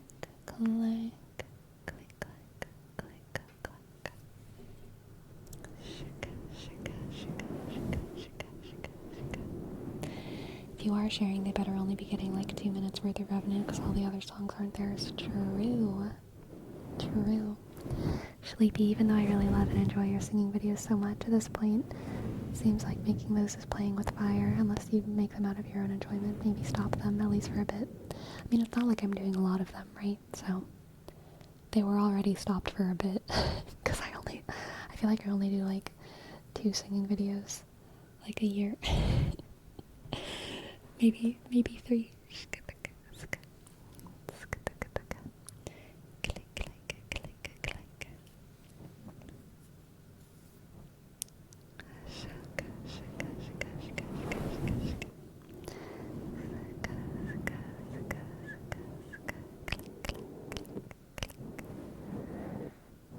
Ah, gotcha. That makes sense, Annie's Lunchbox. That makes sense.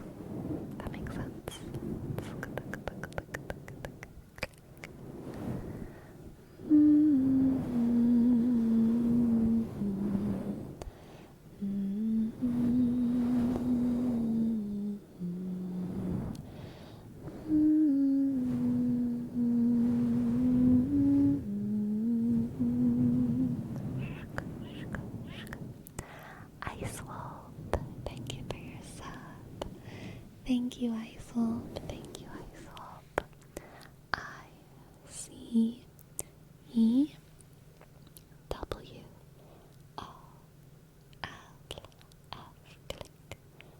Click. Pipe. Two. Thank you, Isolp. Thank you, Isolp. That's really nice of you, Jesus. Thank you.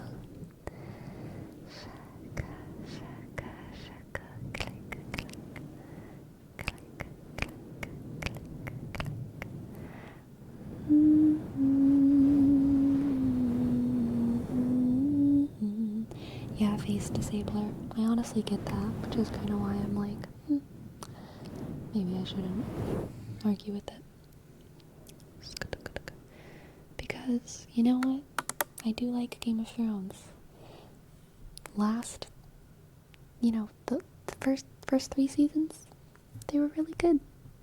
Those writers deserve money. Those writers deserve money. Although, I will say, I'd bet that those writers, that writer, that composer, he's probably not getting the money that HBO is getting off that video. But that's okay. That is, not my prerogative. Jesus. Thank you. The writer was George R. R. Martin. I meant composer. Isolated. Jesus. Thank you. Thank you for gifting a sub. X. Click. J. Click. E. Click. C. U.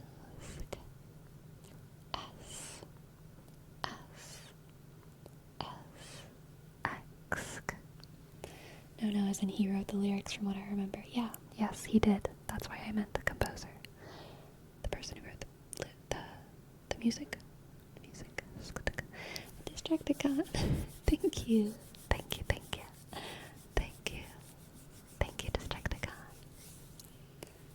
Thank you, Distracticon and Jerome. Oh my goodness, y'all. Thank you. Thank you, Destro, for gifting a sub to Loki War, dude. Click. Okay. I dot W. Click. A. R. T. O. T. H. Thank you, Loki War, dude, for accepting Destructicon's gift sub. And Pearl, thank you. A. Click. A. Click. O. Thank you. And Tall Glass of Milk, thank you as well. And Sam the Man, oh my goodness, y'all. Thank you so much. Thank you, Tall Glass of Milk. D. Click. A. L. G. Click. L. A. C.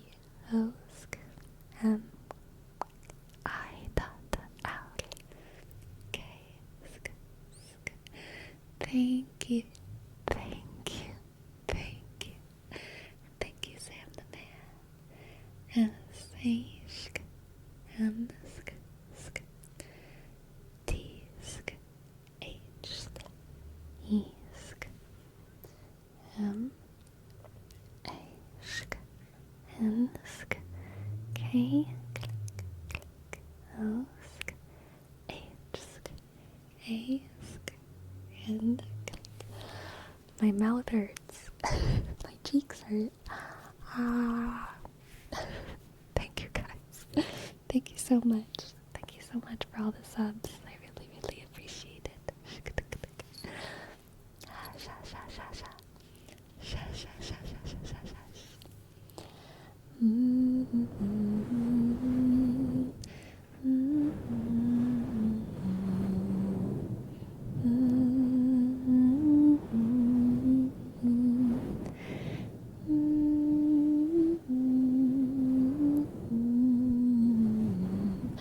Bagel Boy, don't take it personally.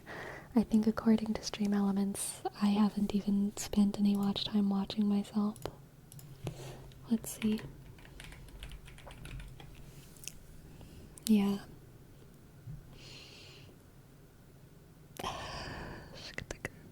Stream Elements just don't know. All y'all are too ninja, okay? All y'all are too sneaky. All of y'all are my precious little wallflowers. Stream Elements just doesn't notice you, okay? Okay, okay. Okay, okay, okay, okay, okay, okay, okay. Dun.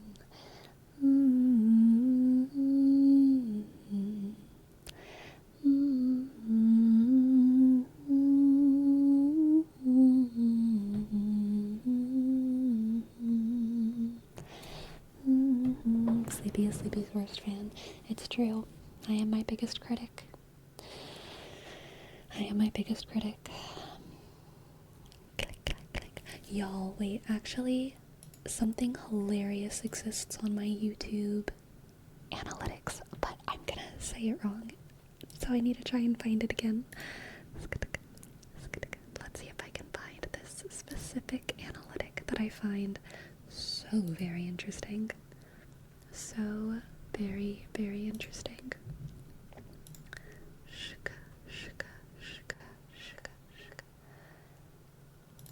So, y'all, oh my goodness, it's changed.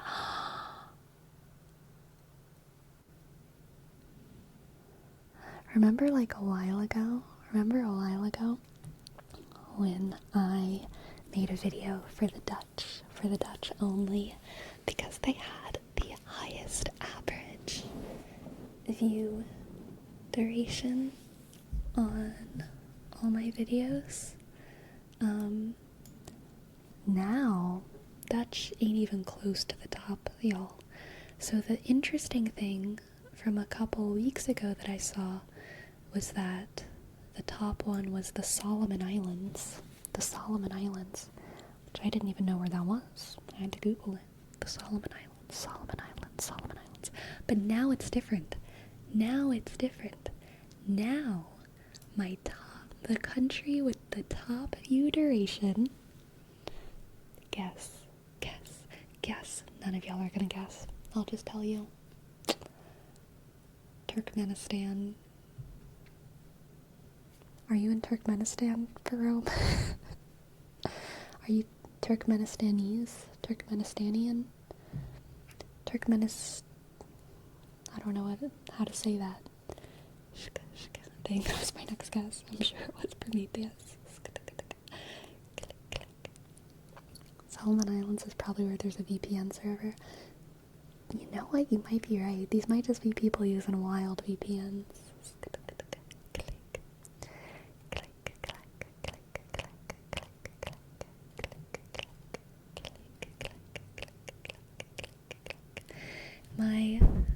My top countries. So the reason that it's so small, not so small, the reason that it's a weird country is because the countries with the highest average view duration are always going to be the countries with the least amount of viewers. The United States, I have the most amount of views from the United States by far. It's like 48% or something, which is crazy. And that's always going to have the lowest average view duration, right? Because people just click and go away. But if I have only 2 viewers from Turkmenistan who actually watch my videos, right, then the average view duration is going to be really high in these smaller countries, right? So that's why it's always weird. My highest view duration countries is always strange. So the fact that even one person from Turkmenistan watched for a bit puts it to the top, right? If one person in Turkmenistan watches 5 of my videos from the start to the end, they're going to have the highest, right? So the average view duration in Turkmenistan is 12 minutes and 30 seconds, which is the highest average view duration. And I only have 21 views from Turkmenistan. The highest average view duration, 12 minutes and 30 seconds, from 21 views in Turkmenistan. Second is Moldova, and this is actually much more impressive because I have 138 views in Moldova. I have no idea where Moldova is. It sounds European, but I really don't know. Is Moldova in Europe? I don't even know. And their average view duration is 11 minutes and 38 seconds. It is. Between Ukraine and Romania. Gotcha. And then third is Guyana. 11 minutes and 30 seconds, 136 views. And then the Solomon Islands with 14 views. Only 14 views. 11 minutes and 7 seconds. No, it's not Ghana. It's Guyana. I believe that's how it's pronounced. Guyana, like North Africa, right?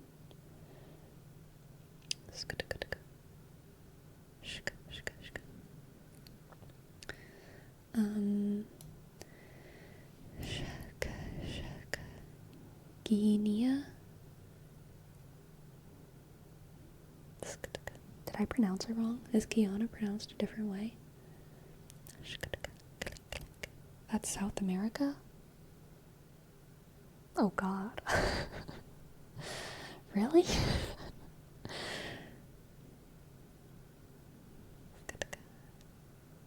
I think French Guiana? It's not Ghana. Guinea's Africa.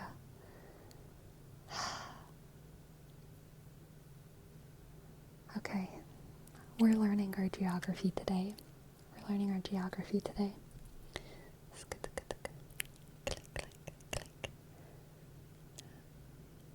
It's not French Guiana, just normal Guyana. Is there a Guyana that's not French? Is there just a Guyana that's Guyana? Not Guinea. We have Guinea, Ghana, and Guyana. Okay? Guyana. Is that how you're supposed to say it? Guyana? Okay, Guyana is in Africa. They're the only Spanish-speaking country in Africa. Oh no. South America. What am I thinking of? Maybe I'm thinking of it.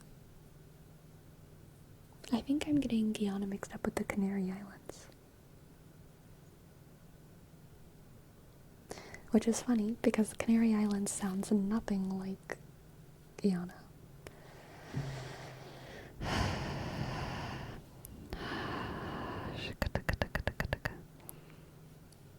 Okay, Guyana. Guinea speaks Spanish in Africa? I just don't know anything. But so do the Canary Islands though, right? Don't the Canary Islands speak Spanish?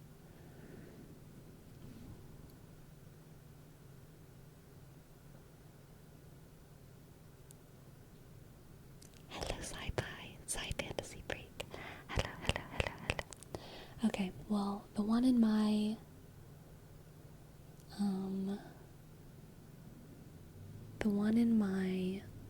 analytics is, I believe, French Guiana in South America.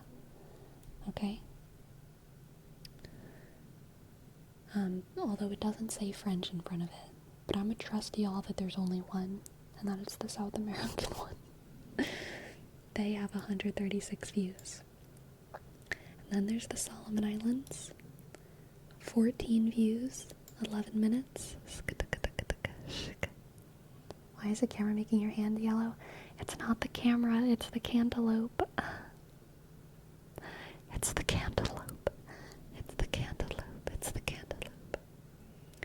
And then Kyrgyzstan.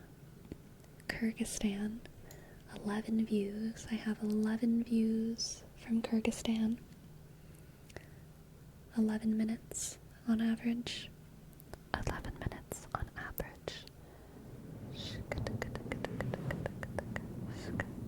Oh my goodness, Lone Sawyer coming in with the facts.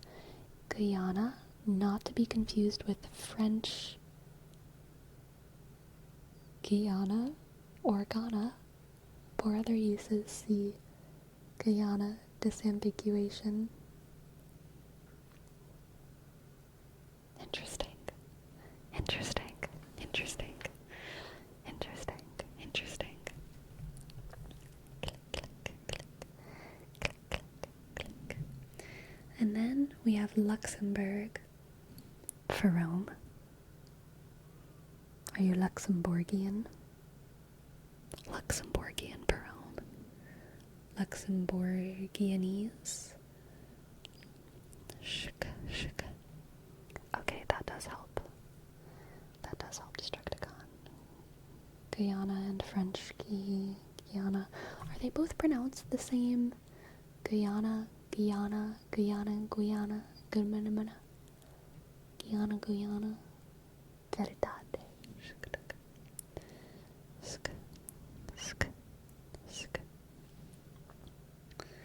And then Belize. 60 views from Belize. Average view duration 10 minutes. 10 minutes. I was in Luxembourg last week. Nice vid. Maybe those were your views. Maybe you helped Luxembourg be in my top.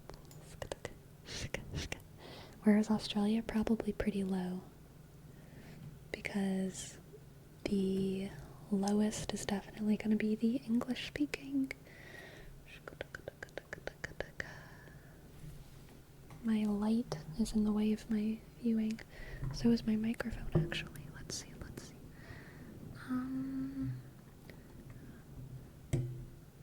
The lowest average view duration is Uruguay. Their average view duration is 7 minutes. 7 minutes. Australia is almost right in the middle. Isolated with 44,000 views. Average 8 minutes and 40 seconds. Also, all of these view counts are from the last month, basically. The last month.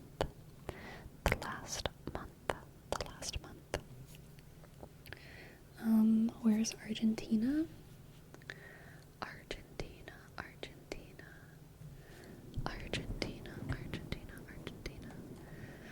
Argentina's not even on the list.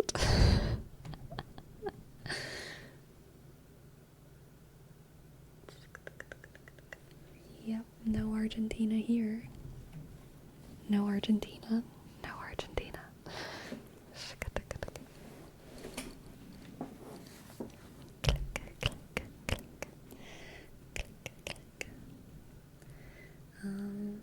I am curious about Asia.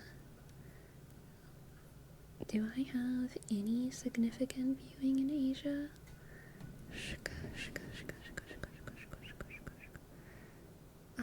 Morocco?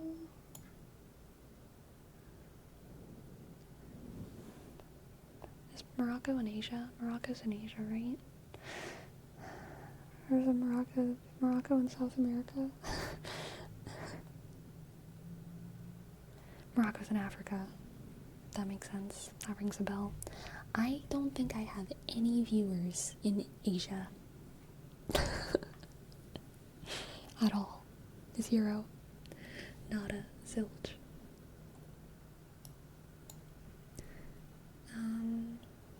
I will go through the entire list.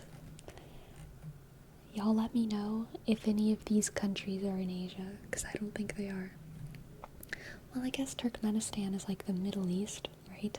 So is Kyrgyzstan Middle East, but I think they're technically Europe, right? Turkmenistan, Kyrgyzstan. Are those the Middle East? Those are the Middle East, right?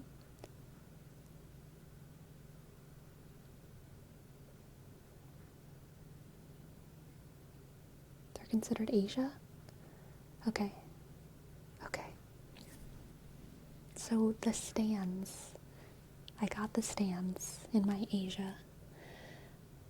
But other than that, I'm just gonna read through all of these, and y'all let me know if any of these countries are in Asia.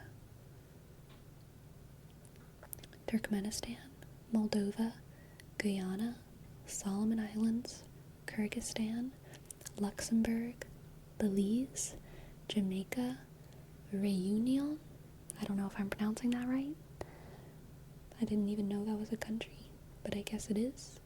United States, Sweden, Bahamas, Puerto Rico, Lithuania, Germany, France, Denmark, Estonia, Slovakia, Guam, Canada, Australia, New Zealand, Netherlands, Colombia, Mexico, Austria, Trinidad and Tobago, United Kingdom, Norway, Bulgaria, El Salvador, Chile, Ireland, Finland, Costa Rica, Switzerland, Portugal, North Macedonia, maybe, Morocco, Argentina, Italy, Hungary, Venezuela, Poland, Spain, Panama, Belgium, Egypt, Uruguay. Macedonia's in Europe.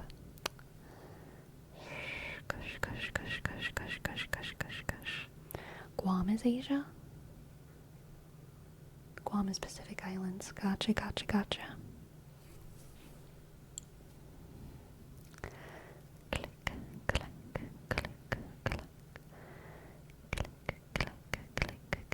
Macedonia is right north of Greece. Gotcha. Sleepy, big hint. My country isn't even in that list. Dang. That's rough. What's the one you weren't sure about? Can you spell it out? It's spelled like reunion, like a family reunion, except the E has an accent on it. It's spelled like that, but the E has an accent, which I don't have on my keyboard. Reunion. I think that's an island. Gotcha.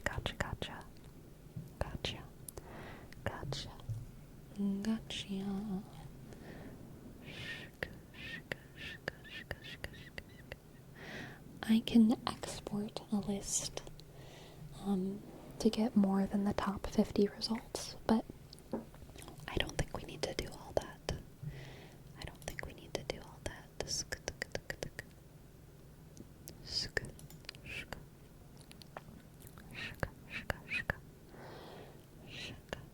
Oh, thank you again, Lone Sawyer, for the facts coming in.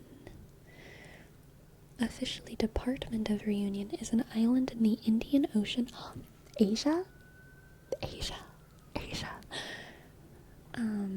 That is an overseas department and region of France.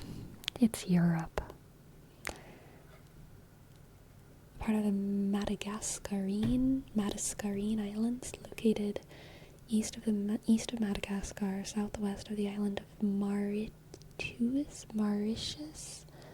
It had a population of less than 1 million. Population around the size of like Idaho-ish, an Idaho-esque population. Looks like. It's not on the Asia side of the Indian Ocean. Gotcha. Interesting.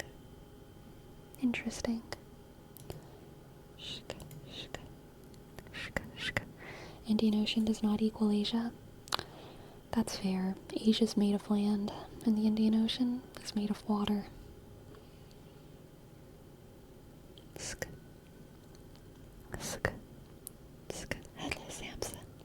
Hello, Samson. Fun fact, despite there being many countries whose mainland spans more time zones, the country that has the most time zones is actually France, thanks to its overseas territories. Interesting. Do you listen to K-pop? No, I never really got into K-pop. But I like K-pop. I like this geography class with Sleepy. This is the kind of class where you just get to feel better about yourself because of how much more you know than me. But I'm glad you're enjoying it.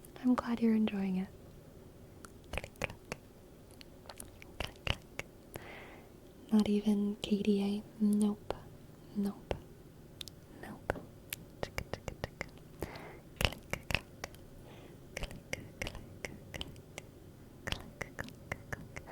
I bet if you did top 100, I should appear there, even if it's just by me watching the vids. Maybe.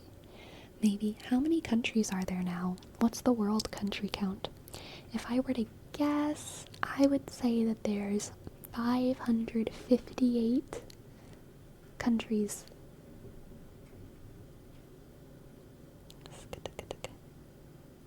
Only 194?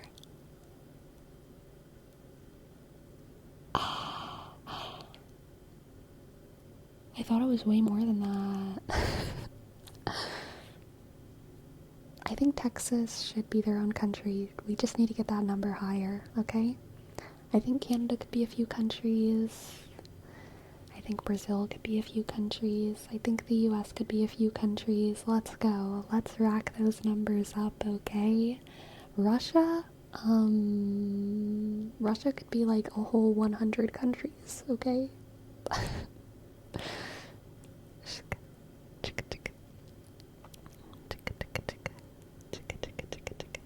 There are 195 countries in the world today. This total comprises 193 countries that are member states of the United Nations and 2 countries that are non-member observer states, the Holy See and the State of Palestine. Based. Ugh, I love that. I love that.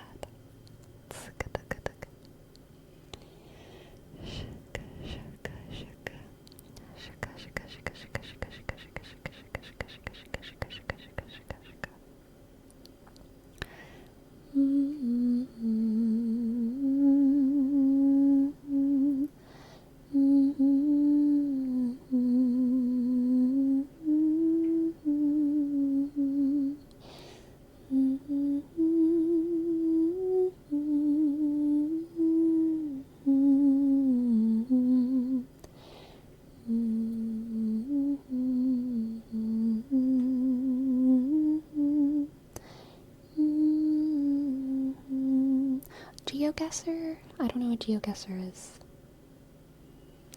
I want to say I do, but I don't. I am sorry. Click. Oh wait, are we playing a game? I want to play. A game where you guess where in the world a picture is. Oh, okay, gotcha. I was hoping GeoGuessr was just where you, like, where you... Oh my god, wait, what is happening? Oh. I was guessing GeoGuessr was a game where you just did this over and over again.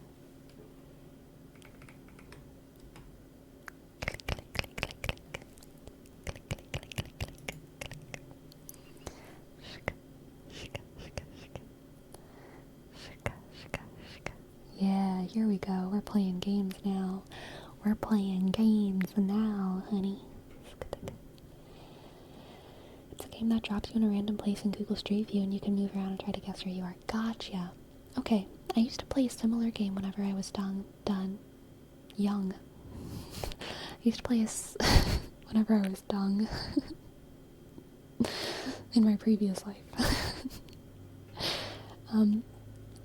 Where we would like get dropped into Google Earth and we would try to make it to the nearest airport.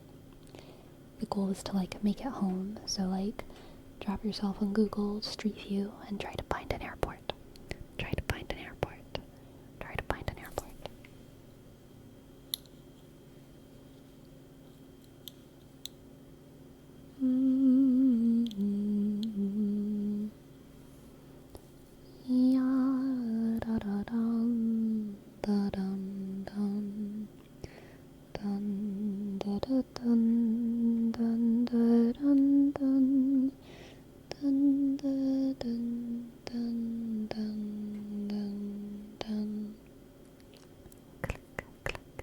Do y'all ever look back at your old houses in Google Maps? One of my houses doesn't exist anymore. It got blown away by a hurricane. And I looked on Google Maps and it was just an empty lot. And I was like, damn, it's gone. It's gone. But that's okay. It was an old house.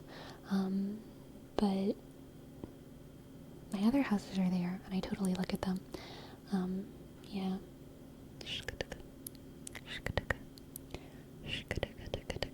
Do you ever look at that empty lot? I do. I look fondly on that empty lot.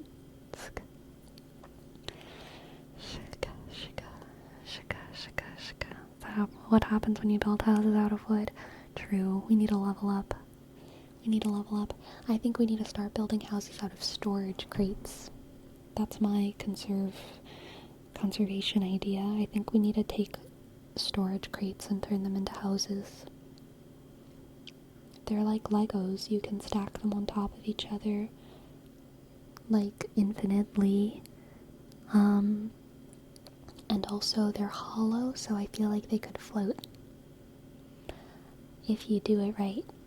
I feel like you could float inside of a storage crate in the bayou.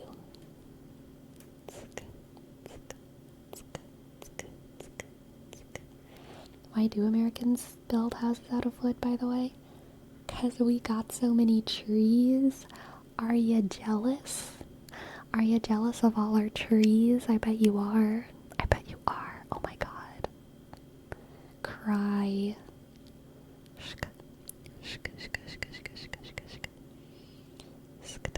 What's brown and sounds like a bell? I don't know.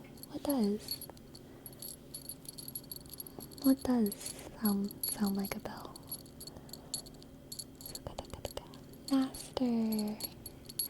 Master, your ECC. Thank you for your prime. Thank you. Thank you, Master Yuri CC. Thank you.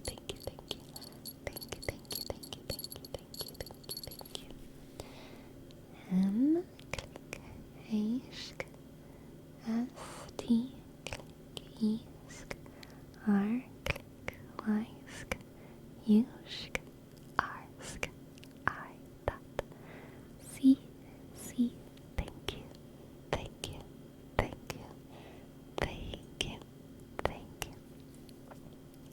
Have you seen that dude that has a boathouse that he built with reclaimed materials? No, I haven't.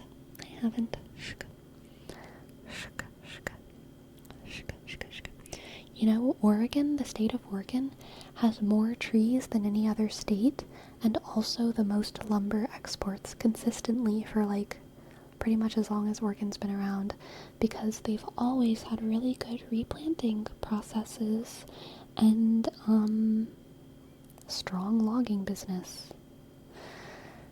Which is interesting. It's interesting. Oregon is definitely a lot of trees. Yes, Crimson. Very true. How old is Oregon? The state? It's one of the newest. It's like a little baby compared to the rest of America. The land? Prehistoric. Oregon's been here for probably like 1 million years. At least dinosaurs roamed this place, okay?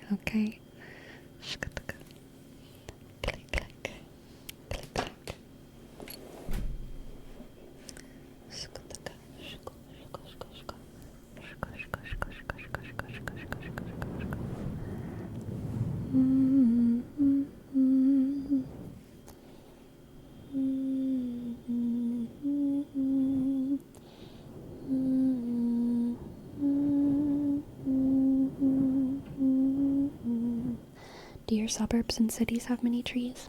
Yes, definitely. Every now and then there's a city that doesn't have a lot of trees, and that's usually considered an issue. Like a unique issue. It does happen though. And it's like, oh no, this city has no trees. It's like a moment.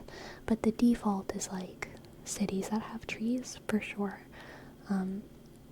There's especially, I know in the news there's been, I mean maybe not the news, but there's been an issue talked about lately with Arizona, cities in Arizona, not having enough trees, and it's hot as hell in Arizona, one of the hottest, spicy hottest states.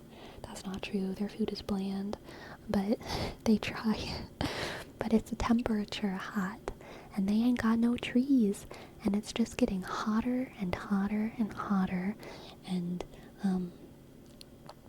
so it's sad because the places that have the least amount of trees are usually like low income areas, low income areas. That's just the lower part of Arizona, I believe it. Urban heat island, yeah. Yeah. Yeah. One thing I noticed is how different cities in Texas and PNW are. Texas has so many parking lots, and all the PNW cities have way more trees that need to be parking lots. True. Sometimes I see all these like trees when I'm driving, and I'm like, wouldn't that be a good parking lot? Can you imagine how many cars could just sit there? Can you imagine if it was just smooth concrete and there were lines on it? Maybe they could even be slanty, like angled. Angled lines in the middle of a forest on a big slab of concrete, warming up the earth, killing all the insects, destroying the habitat. I would LOVE love that. Love that. Northern Arizona just fine. I believe you. I don't know enough about Arizona. I believe you, though. I believe you, knees guy. Stay strong, Northern Arizona. Nor air. Stay strong, nor air.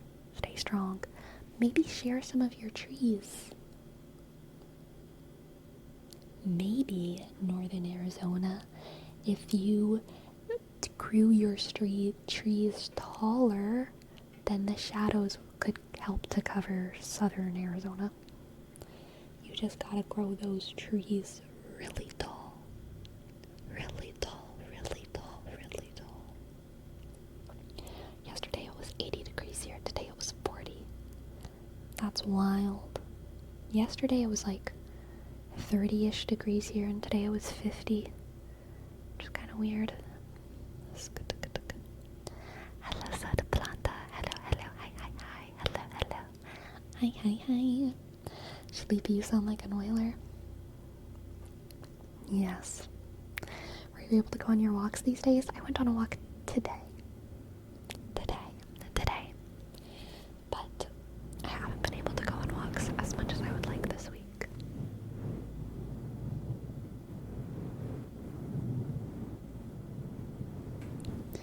Arizona has to figure out that water problem if they're going to figure out the tree problem. True. Shka.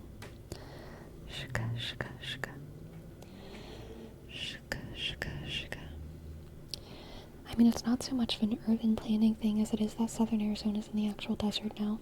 So I think there's definitely truth to that, Bones. It is a desert, but I think that the urban planning makes it worse because of the concrete, and the removal of shrubbery.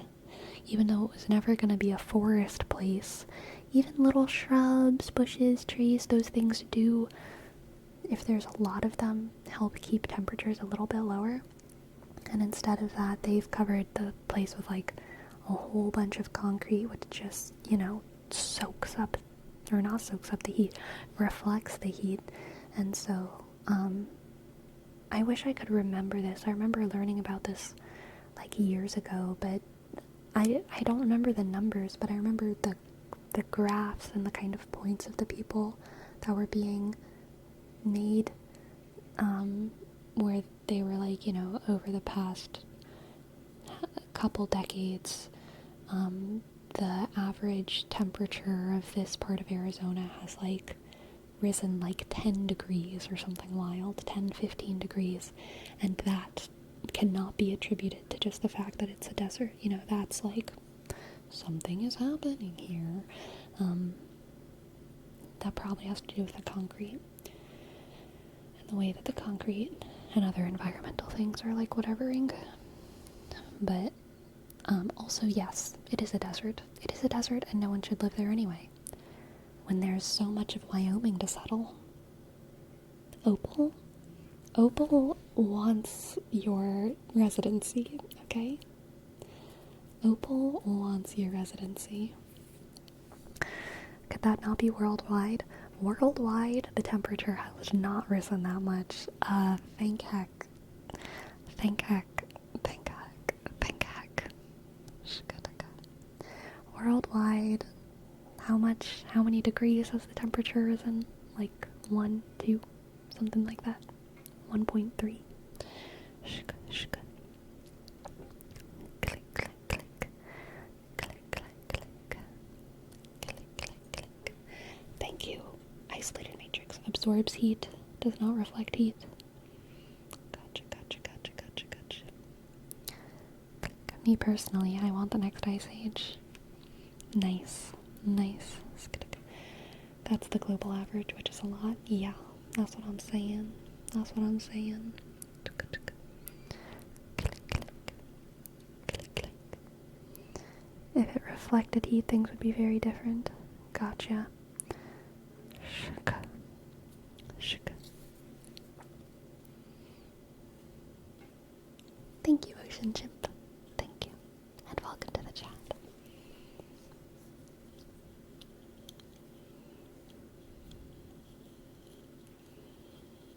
I can't wait until we start dropping ice cubes from Pluto into the ocean to cool us off. Yeah, that sounds like a fun universe. I don't think we need to go all the way to Pluto. Pluto. I don't know why I said it so weird. Pluto to get like really cold stuff though. Surely there's like, I mean, Mars has ice caps.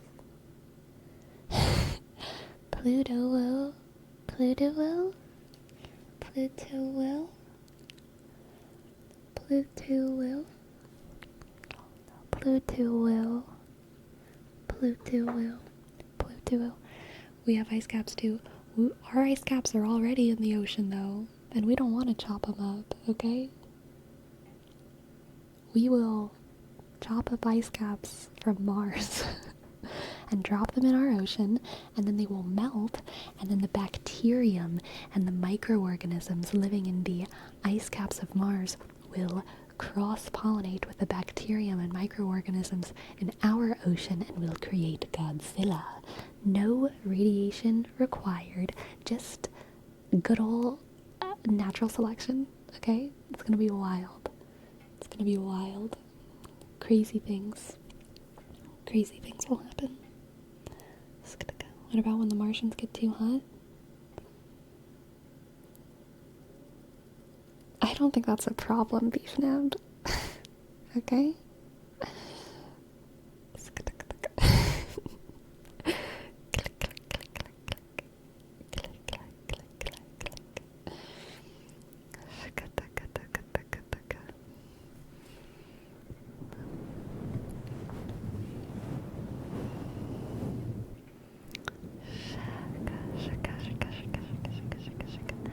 Sleepy, I feel like if we just drop one of Mars' big ice cubes, Louisiana will be gone.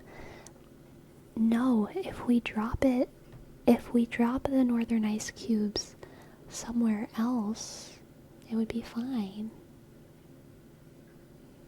It would be fine. We just gotta do it like far away, like in the middle of the ocean, okay? Because if we cool down the oceans enough, there will be less hurricanes, which will actually help Louisiana and Florida, okay? So the trick is to, here's what we gotta do. I got it. Before we drop the ice cube, we also gotta take big buckets of water out of the earth. So we gotta do like a mass trade. And I mean mass in both ways. Like, I mean we need to take the weight of the same equal weights of ice and equal weights of water. Mars ice and Earth water, and flip-flop. And also mass is in like a whole bunch, so a mass trade, okay? A mass trade of ice and water. We cool down our oceans, and Mars gets flooded, but it doesn't matter.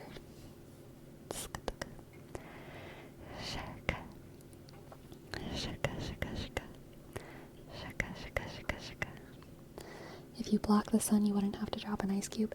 Blocking the sun kind of gives me, the energy of that scene in Avatar where they're like trying to kill the moon spirit. Like, you should not mess with the spiritual realm, Vidge. You should not mess with the spirit realm. You tell me we gotta find the sunfish. We have to protect the sunfish, okay? Okay?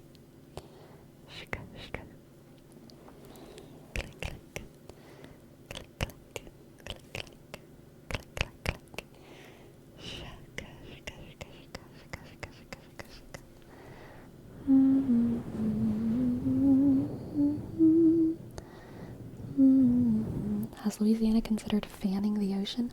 That would actually make things so much worse. Because fanning doesn't make things colder, right? It just moves more hot air around. We would literally be feeding the cyclones, the hurricanes. We would be feeding it.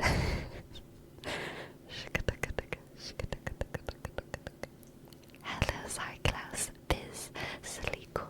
Hello, welcome. Welcome, welcome, welcome, welcome. And hello, Mushroom Clown. Hello. Hello. I thought you wanted to be friends and join the aliens, not drown them. Look, no real aliens are on Mars, alright? When I'm talking about aliens, I'm talking about aliens. Not little worms. And if they are, they're microbial life. Exactly. Exactly, okay? Even vegans eat microbes, alright?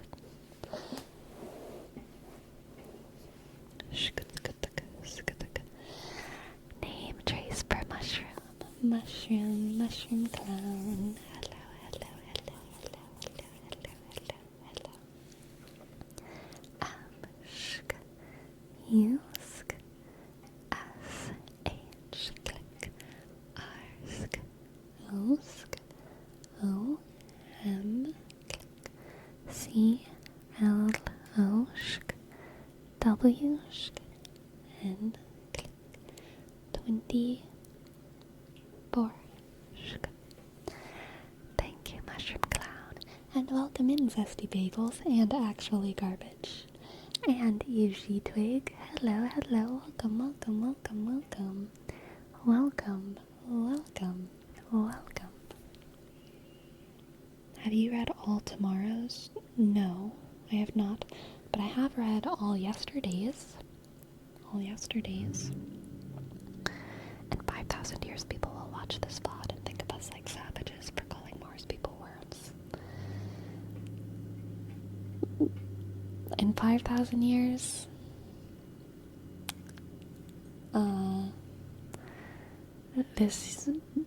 this VOD will be non-existent. So I'm not worried about it. I'm not worried about it. You're very welcome, Mushroom Clown. You're very, very welcome. You're very welcome. We will be just one more lost savage artifact in 5,000 years, okay? Nothing notable. One more lost savage artifact. Kush, kush, kush, kush, kush. Kush, kush, kush, kush, kush. Rocket Gaming, we have a lovely word wrap up. Plop, plop, plop, plop, plop, plop, plop, plop, plop, plop, plop,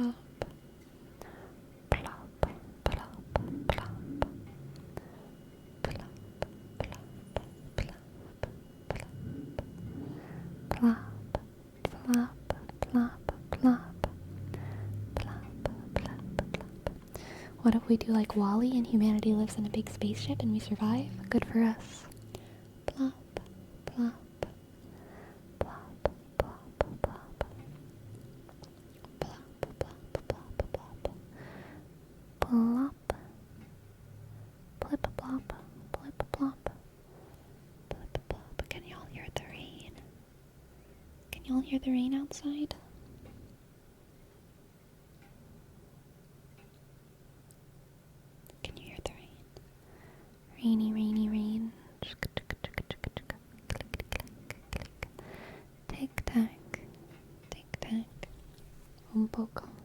Nice.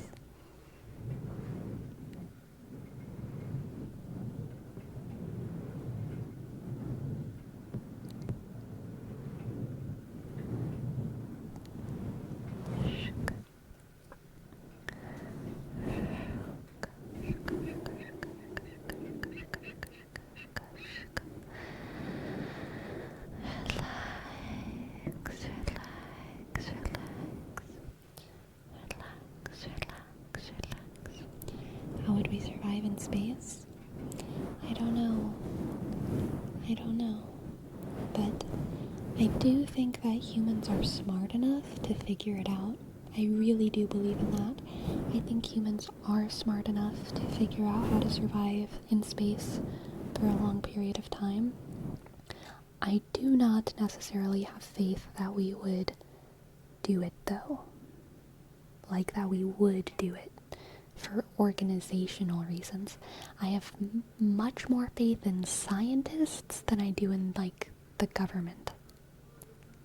Like, much more faith in scientists than I do in, you know, the idea that we could construct the vessels that scientists invent and populate the vessels and have a steady workflow within those vessels, not break out into war over access to those vessels, etc., etc. You know? But I think the scientists are absolutely smart enough to figure out a, like, circular system, a self-sufficient circular system of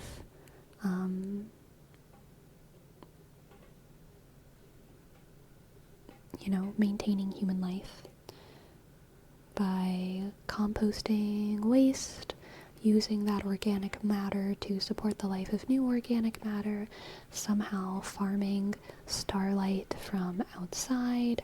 Like, I think these things are possible. I think if Earth exists, a spaceship can exist. If Earth exists, we know how to, if the conditions of Earth are possible, we can create those same conditions somewhere else in space, whether that is a moving vessel or a stable vessel. I believe that is possible. But, yeah, getting people on it and making it happen, I don't know. It's kind of like, if it does actually happen, I'm sure it'll be a mess. Even if it does happen, the whole world's not getting on it. Even if it does happen, I'm probably not making it on. You're probably not making it on. It's probably going to be the 500 wealthiest people. And they're probably all going to hate each other. You know? That's not true. I don't think it would be 500 people. I honestly think that these vessels would have like a couple thousand people. But, like, I don't know. I'm making things up. I'm sure it would just be a mess, and it wouldn't be everyone. It wouldn't be everyone, and that would cause problems. Even hundreds of thousands of people is like, if we can get hundreds of thousands of people and save them from the apocalypse and shoot them into space, that's like a success.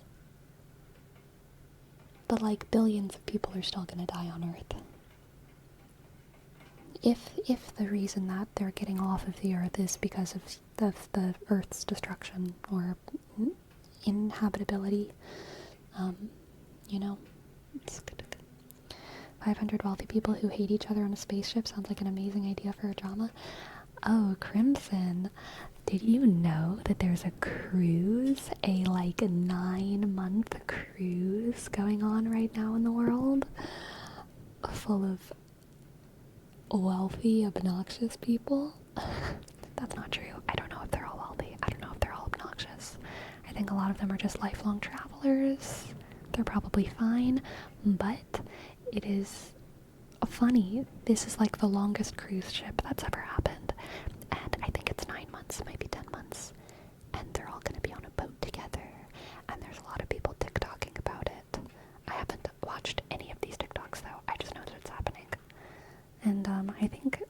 world is kind of waiting for the drama to break out. You know what I mean? The world is waiting for the drama. Is it going to be a reality show? No. It's just going to be, people are like, YouTubers are vlogging about it, but it's not like a reality show.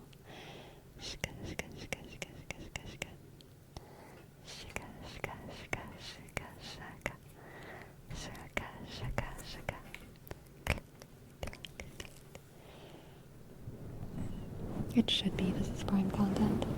I agree.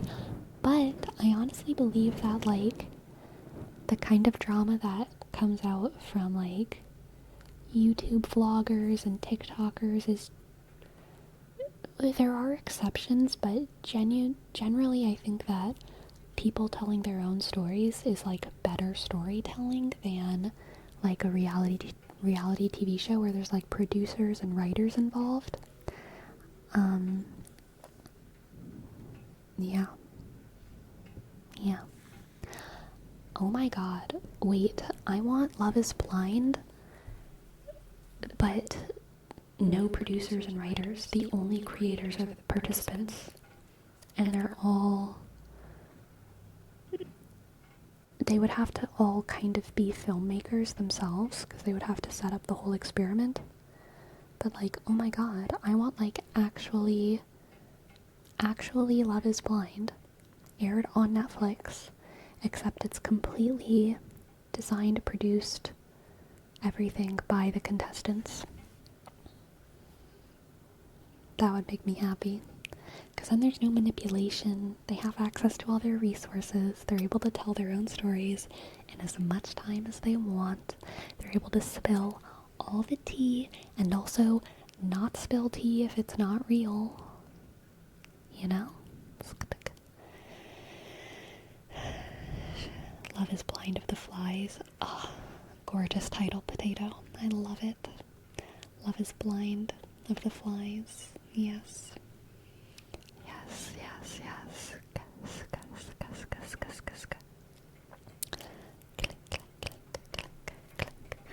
Months of eating gruel and bread on ships. So, like, maybe this is just my particular inclinations in life, but I find that the more I eat something, the more I don't want to eat other things. So, like, I feel like I'd be perfect for a cruise ship. Like, the first week would be hard, because I'd be like, oh my god, I want salsa. But then, second week rolls around, I'm good on bread for life. What's salsa? I don't remember. You know what I mean? After that ship is gonna be done, my friends are gonna be like, let's go out to eat. And I'm gonna be like, I kinda just wanna go home and eat bread. You know what I mean? Week 30, this stuff just keeps getting better and better. Exactly. Oh, interesting story from Isolated Matrix. You know something interesting? Lord of the Flies actually happened in real life. And one of the kids is still alive. The only difference is that the kids did not go feral. The other interesting thing is that the author was actually aware of these people, but was so cynical that he didn't care. I feel like that's like ringing bells of a fun fact that maybe I've heard before. I absolutely believe you.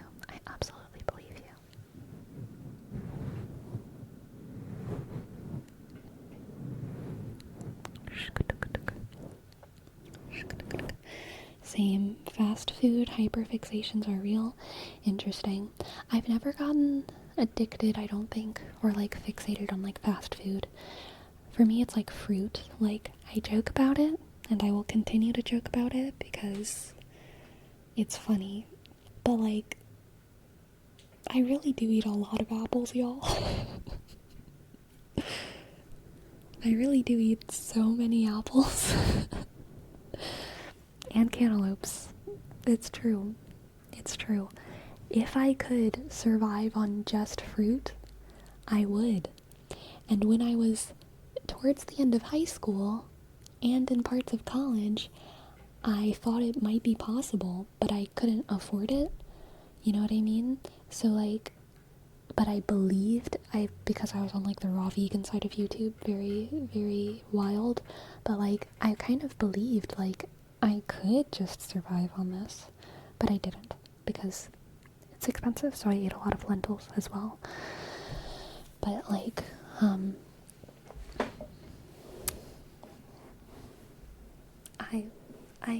I love apples, and I love cantaloupe. What's your apple daily intake? So I don't consume apples every day, because a lot of times I buy my apples for the week, and then I consume them in, like, 1 or 2 days, and then I'm like, shit. So then I, like, don't have apples for, like, a day. You know what I mean?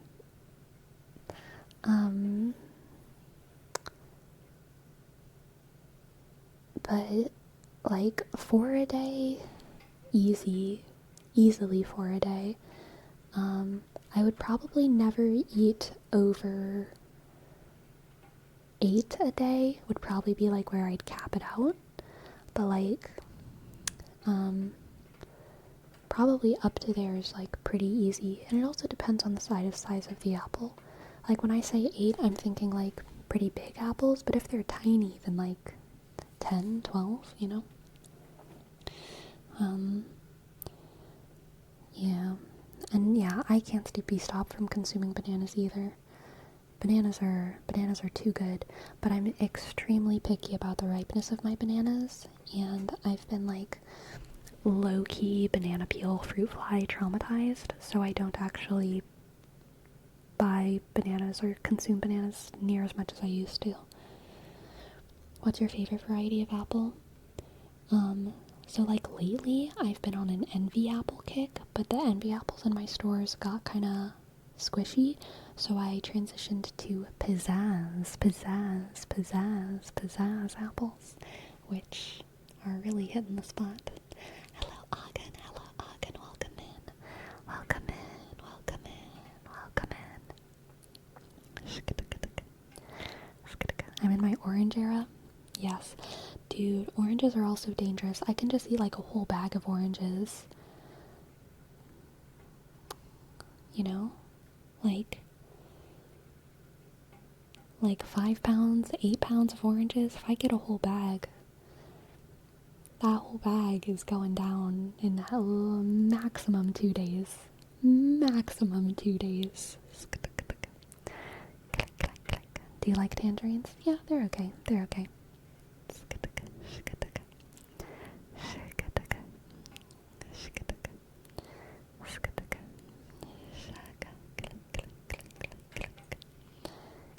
I really like grapes. I like grapes too. Grapes are good.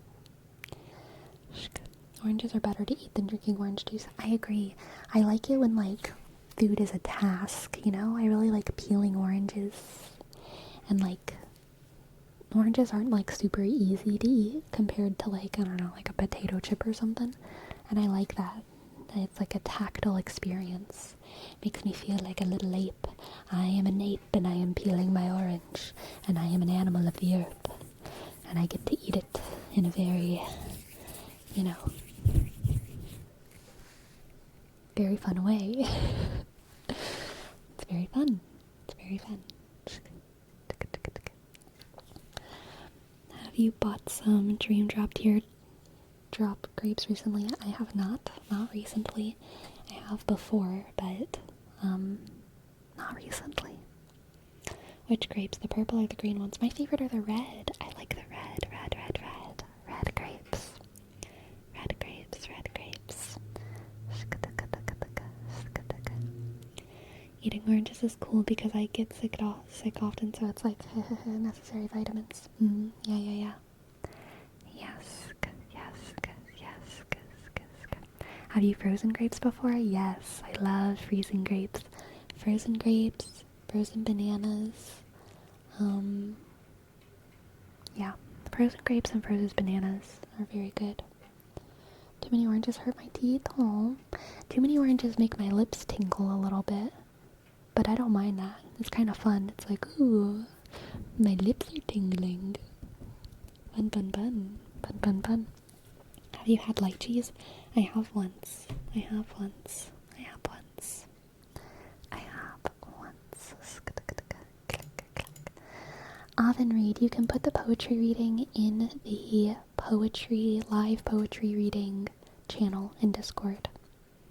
Thank you for asking. Thank you for asking.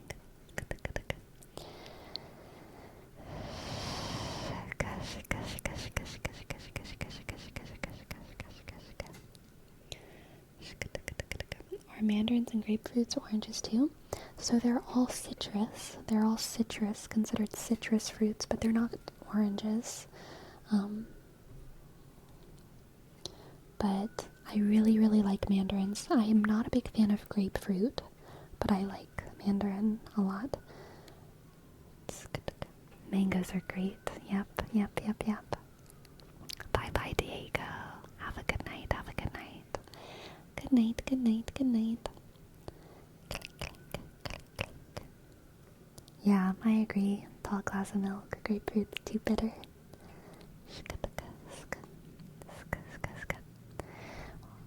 About mangoes, do you like the sweet yellow ones or the green ones? I like both. Have you had a blood orange? Yes. Yes, I have, and I love them. Alright, let's see what Avon Read has for us to read in the Discord. The Discord.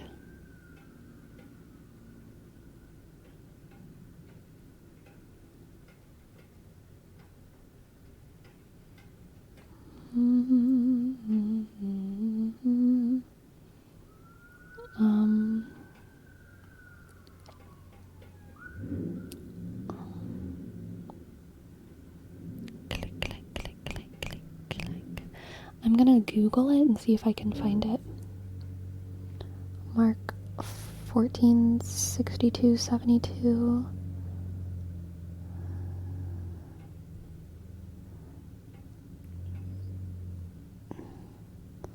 Or 66:72 in King James. Okay, I think I got it. DM Joe Banana, thank you. Thank you for gifting a sub. Thank you. D click shk J sk O E click B sk sk A click N sk A sk N click A click. Thank you. DM Joe Banana, thank you. Alright, there's a link. Let's see. Perfect.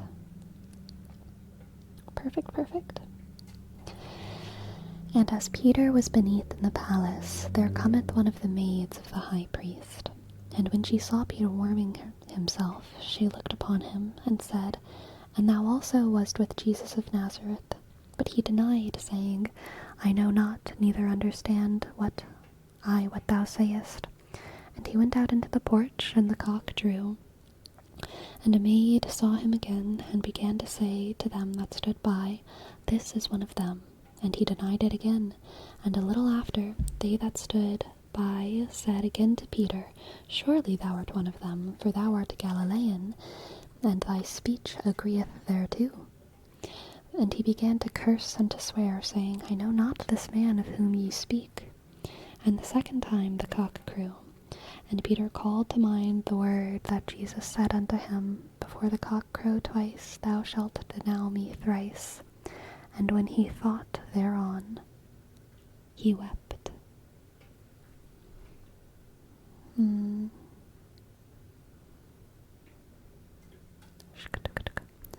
You're very welcome, Avon Read. You're very welcome.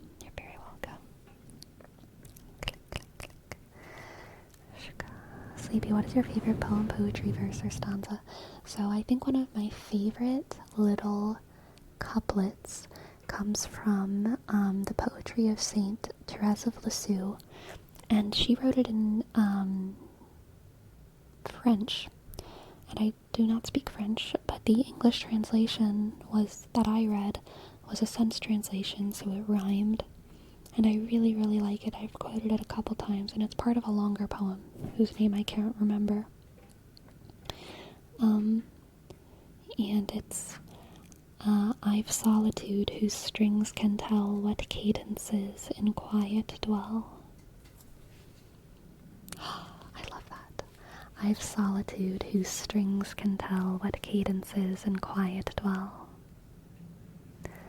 I've solitude whose strings can tell what cadences in quiet dwell. I love it. I love it. I love it. I love it. I love the little poems at the beginning of each Higurashi chapter, but they're kind of too short to use for poetry readings. That's fair. That's fair.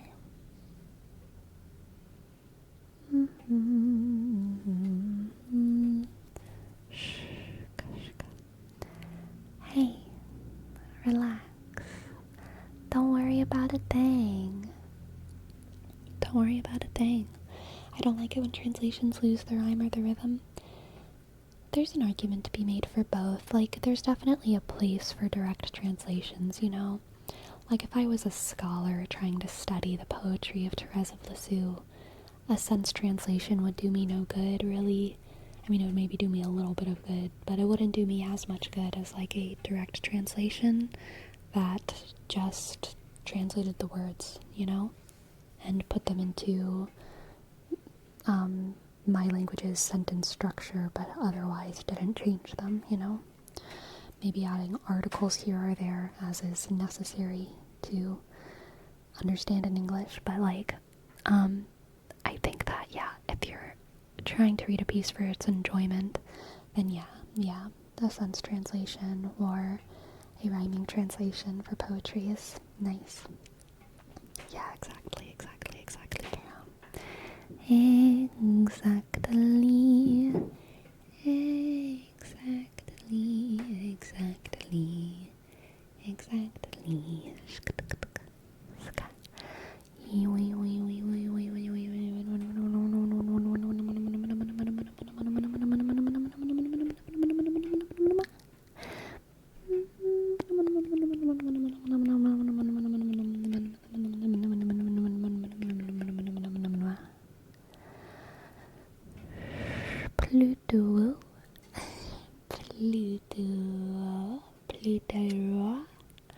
Pluto, yo.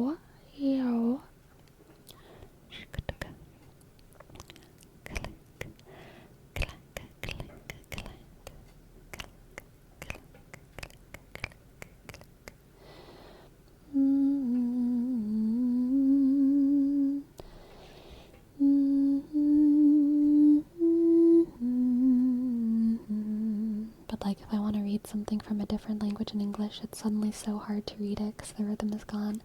Yeah, it's such a shame that we can't just all understand all languages. It really is. Like, I think about something like Shakespeare being translated into French, and it makes me sad almost, because it's like, it's so beautiful in the English. And how can that be? How can the majesty of this language be adequately translated? How? And I'm sure that the poems of St. John of the Cross are the same. I'm sure that the poetry of Thérèse of Lisieux is the same. I'm sure that so many books and poetry written in other languages loses so much when it's translated into English. No matter how fun it is to read in English, it's just not the same. It's just not the same as a poet speaking in their native tongue, you know? And like, it makes me sad to know that I've lost so much, just because I can't speak every language, you know?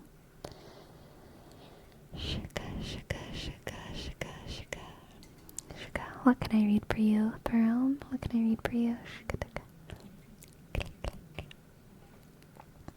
Ah, yes, I like that as well about Diego Saki's poems, that they, the writer themselves, does a version both in English and Espanol.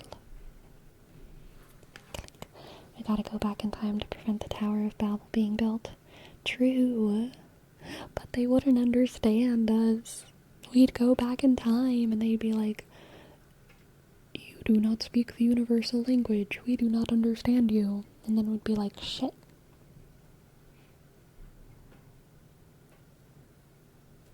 And that would be the end.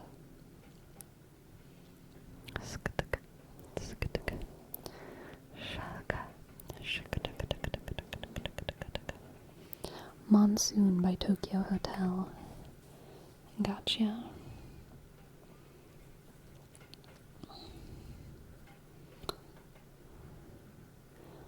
Monsoon.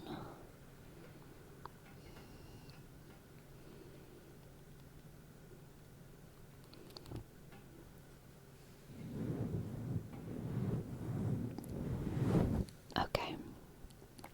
Let's see. This is in Dutch. Oh goodness. I don't know how to say things in Dutch. Oh, it's in German? In English.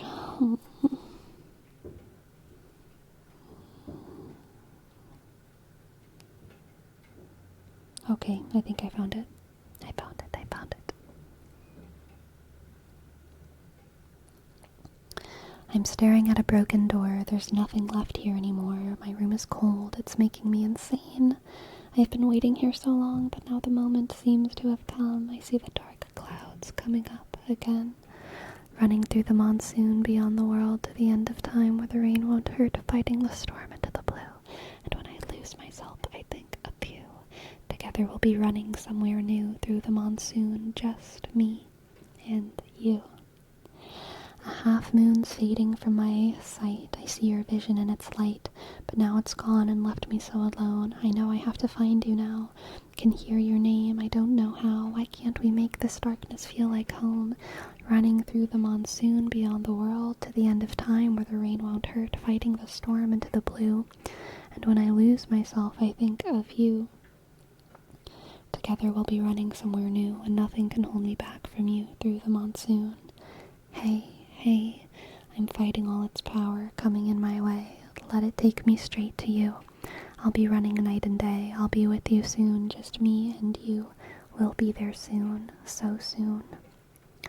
Running through the monsoon beyond the world to the end of time where the rain won't hurt.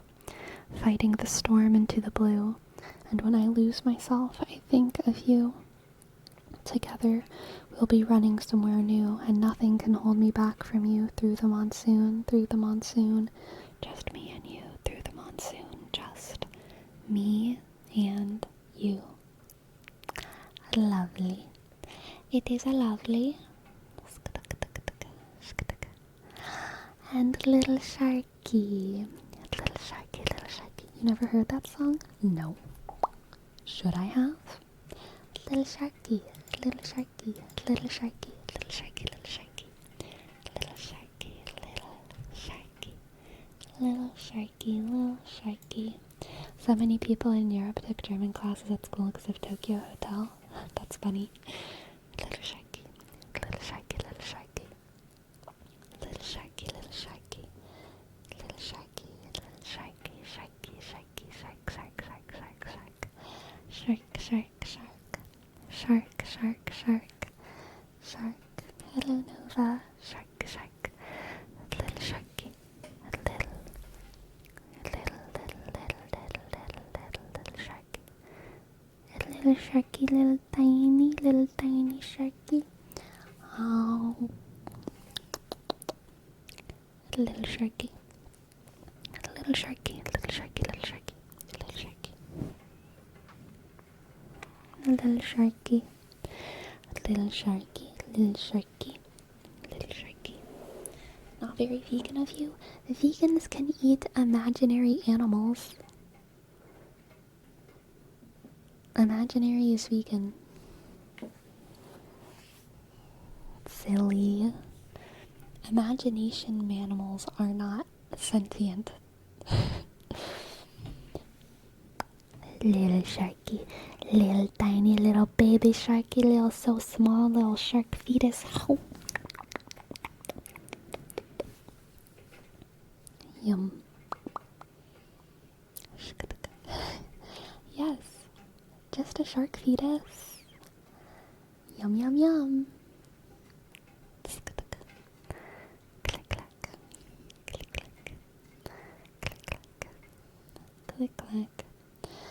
What's your stance on lab-grown meat? Would you consider that to be vegan?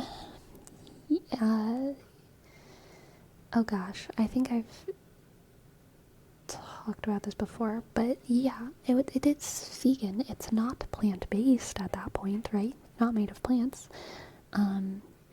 It is vegan. Not everything that's vegan is good, you know? Like, hitting you, that's a bad example. Putting all of my plastic in the normal trash is vegan.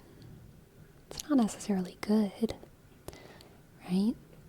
So yeah, it's vegan, but like, that doesn't mean anything. It just means that no animals were harmed in the process of it. It's a very specific definition, right? Very specific definition.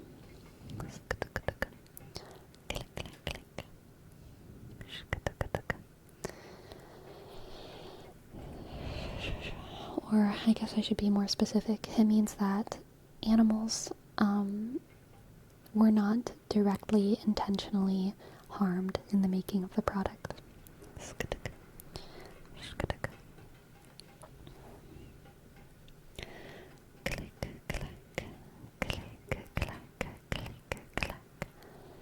Click, click, click, click. Oreos are vegan. Exactly. Playing League of Legends is vegan. Exactly. Exactly. Exactly. Almond milk is vegan. Exactly. So true. So true. So true. ASMR is vegan. Most ASMR is vegan. I've watched some ASMR that legitimately, I'm like, I don't know. So like, okay, I'm gonna be real. Some cute animal ASMR, I'm all about it. But there's some animal ASMR, specifically like cat spa ASMR, where I am convinced those cats are drugged, okay? For a cat for like 3 hours straight, to like be like laying down, it's totally still breathing, so still alive, and like being pet, or like, yes, Destructicon, those, the ones where the cats are very still and they put a face mask on it, yes, where they where they do like cat spa stuff, like, I mean, I don't have the grounds to accuse anyone specific of doing anything specific, but I feel like people do. I feel like people are drugging their animals for ASMR videos. I've seen similar videos with puppies. Yep, totally. Those are weird for me. They're kind of weird for me too. Yeah. If your cat appears on stream, is the stream still vegan? I mean, it's honestly a good question. If people are paying if people are subbing specifically to see her, if she was the star of the show, I legitimately wouldn't feel comfortable anymore having her in the stream at all. Because I don't ever want my financial security to hinge on her performance as a pet. That, she is not my employee, you know? She's not my employee, and I never want to have a mindset where I'm thinking like, oh, I need to make sure my cat is doing interesting things, you know? But, seeing as I live in a very small space, and I am a warm body, and it's cold outside, it makes sense that she would, like, I think I would be causing her more suffering if while I streamed or recorded videos, I, like, locked her in the bathroom. The bathroom is the only other room in my place. I have no doors inside my place except for the door to the bathroom. That's not true. I have one little closet that has a door on it. So, like, if I didn't want her to be in my streams, she would be that would be putting her through a much worse situation, right? So, I leave the doors open, and I make sure that she's as comfortable as she can be. And sometimes she is the star of the show, but I don't think that, like, she's,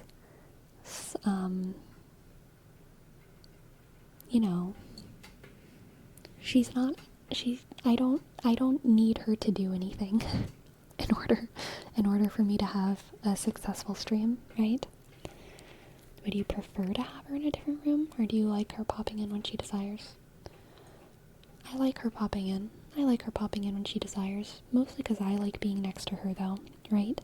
Not necessarily because I like or enjoy, like, showing her off. I'm very neutral on that, I think, but I like being next to my cat, She makes me happy. And whenever she comes and sits next to me, it makes me happy. I'm like, aw, that's my cat. I love that little creature. Yeah.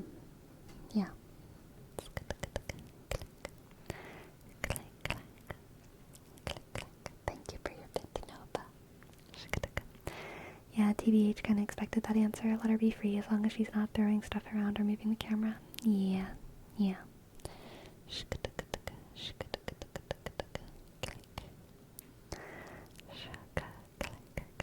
I get not wanting to associate your own cat with the structure of the things you do. Yeah. Like, I don't think that all pet channels or anything are bad. Like, I think there is a totally valid way to do it. Okay? But, like, I personally don't want to deal with the moral quandary of it. I don't want to figure that out. So, and it's also just, like, not the kind of content I want to make at the end of the day. I like making weird little ASMR videos where I'm touching your face. It's fun for me. Hello, Victor. Welcome in. Do you still have the onigiri and dango plushies that you show in some of your older videos? Nope, I do not. How do you feel about the animal sanctuary streams that use Twitch revenue to support the reservation work? Good question. I think I'm okay with it, mostly because they're not... I mean, as far as I know, the animals aren't, like, doing tricks. They're not like circus animals, right? They're just hanging out, being happy and cute, right? Right.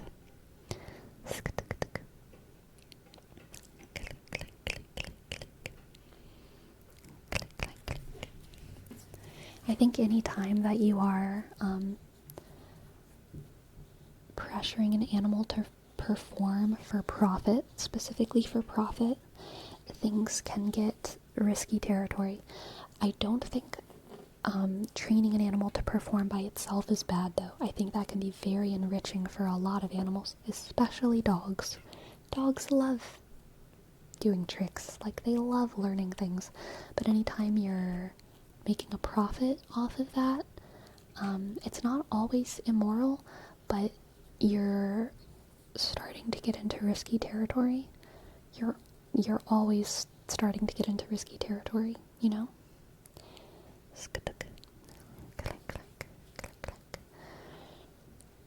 I feel like the dog should be compensated somehow too.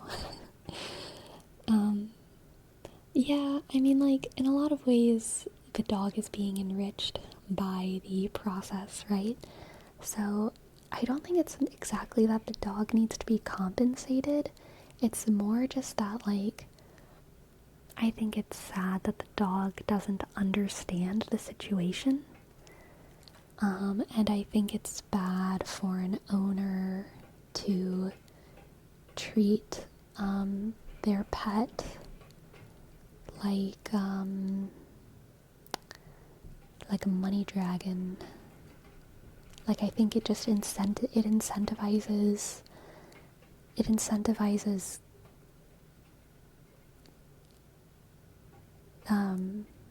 animal cruelty.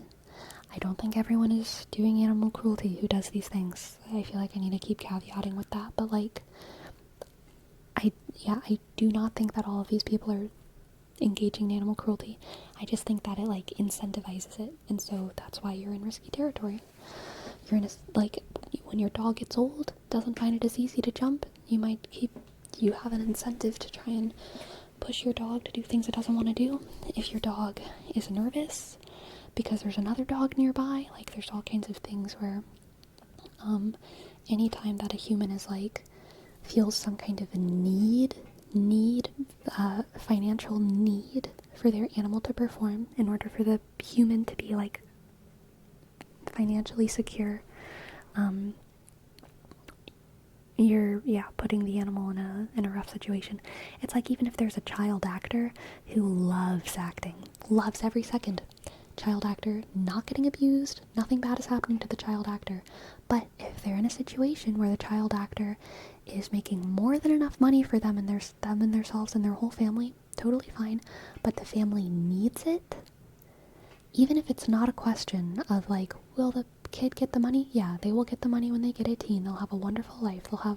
That's all fine. That's all covered. That's like the base level of like, that's necessary.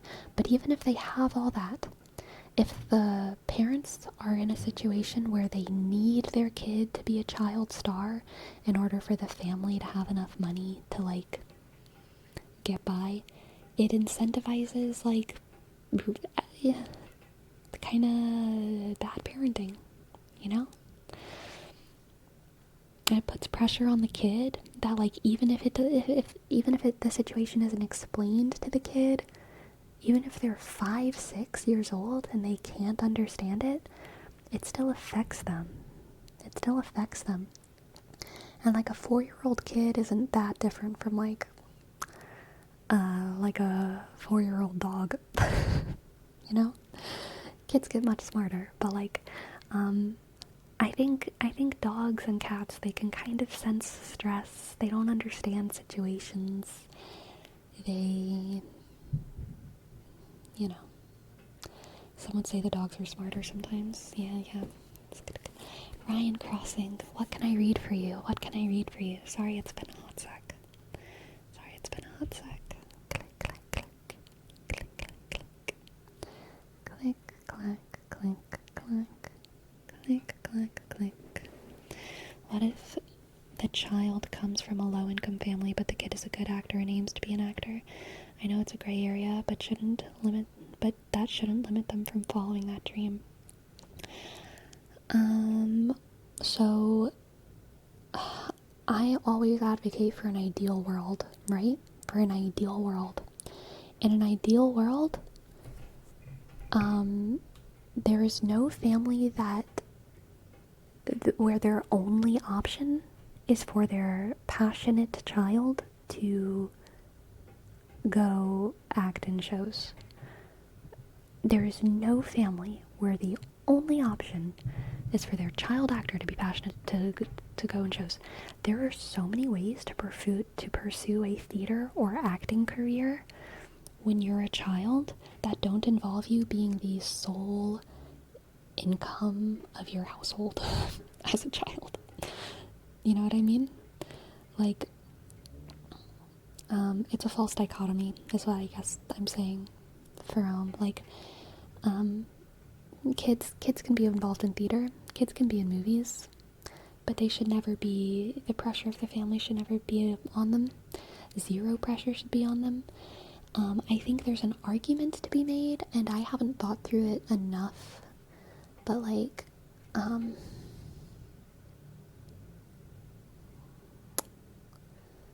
don't know, like, child labor is illegal. Child labor is illegal. I love acting. I loved acting as a kid, but low-key, sometimes I think that all child acting should be volunteer. Like, they shouldn't be compensated.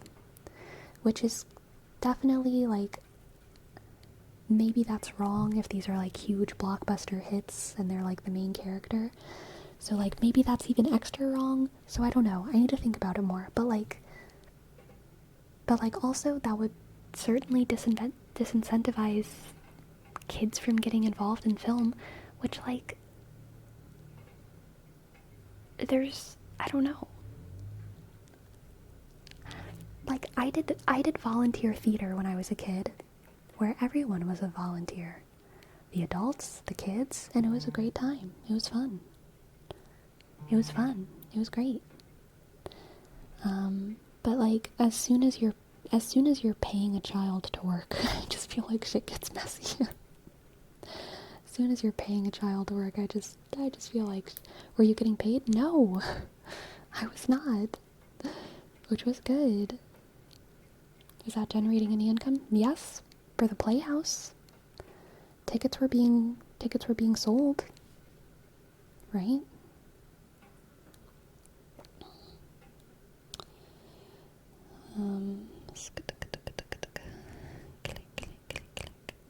I think that incentivized companies to take the free work. That's true, Pancake would splat. That's true. Yeah, and I don't know exactly what ages that would apply to. I think what I'm really thinking about is like young kids. Legally, I think it's good that people are children if they're under 18, but I'm not really talking about 17-year-olds when I'm talking about not getting paid, because you're allowed to work. I think you're allowed to get jobs as soon as you're in the US, at most places at 16, which I think is fine. And then I think if you're working for your parents in some states, you're allowed to get paid like formally at the age of 12. And I think that that's probably fine. 14 here. Yeah, I think at that age it's okay to work. But I'm really talking in my head, I'm picturing like 3 to 9-year-olds, you know?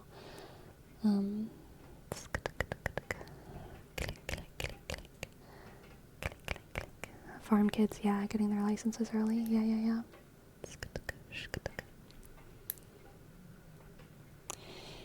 Yeah, I really don't know what the correct solution is there. Like, there's so much child abuse in the film industry. It's not just Hollywood, it's the whole film industry. And there's less in theater. And I know I'm a theater girly, but like, part of the reason there's less abuse in theater is because so much of it is unpaid. And when volunteers are just better people.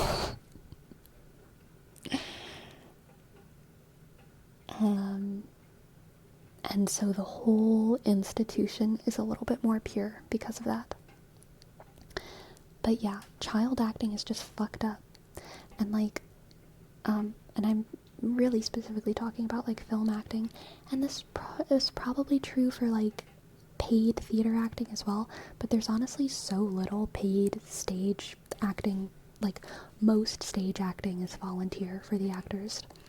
And then it's the minority of stage acting where you're like getting paid on Broadway or other big stages. You know what I mean?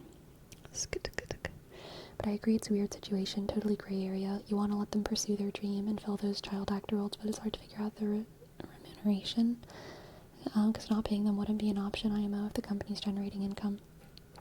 Yeah, I mean, here's the thing though, is like, kids can act in the same way that kids play sports. Kids, like, you can still pursue your dream without getting a job. And I wish that people acknowledged that that should be the case for actors as well. You know, kids play sports. Kids go to science fairs. Kids do scholastic whatevers.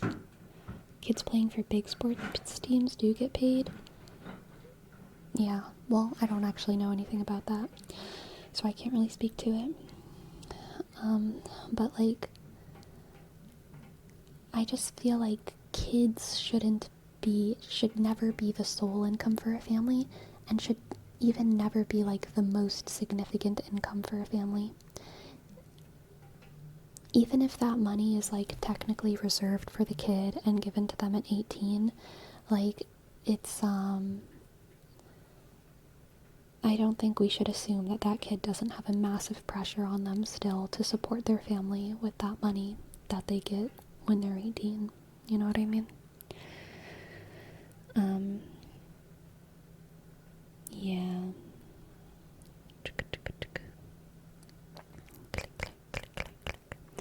I agree. Kids shouldn't have to bear the burden of providing for their family. Yeah. But again, like, I do feel conflicted about it for the same reason that Jerome is saying. Like, if these big corpos and stuff are getting paid, then, like, it sucks that someone might not be getting compensated for their work if they're below a certain age.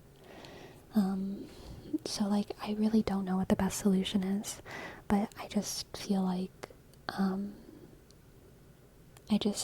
the film industry is bad for kids, and I kind of want to completely disincentivize kids from being involved in the professional film industry, because it seems like a mess.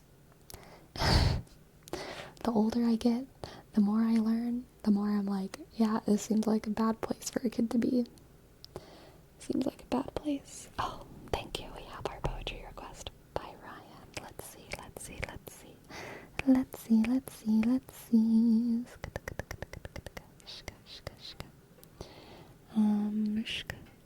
Burn It Down by Linkin Park.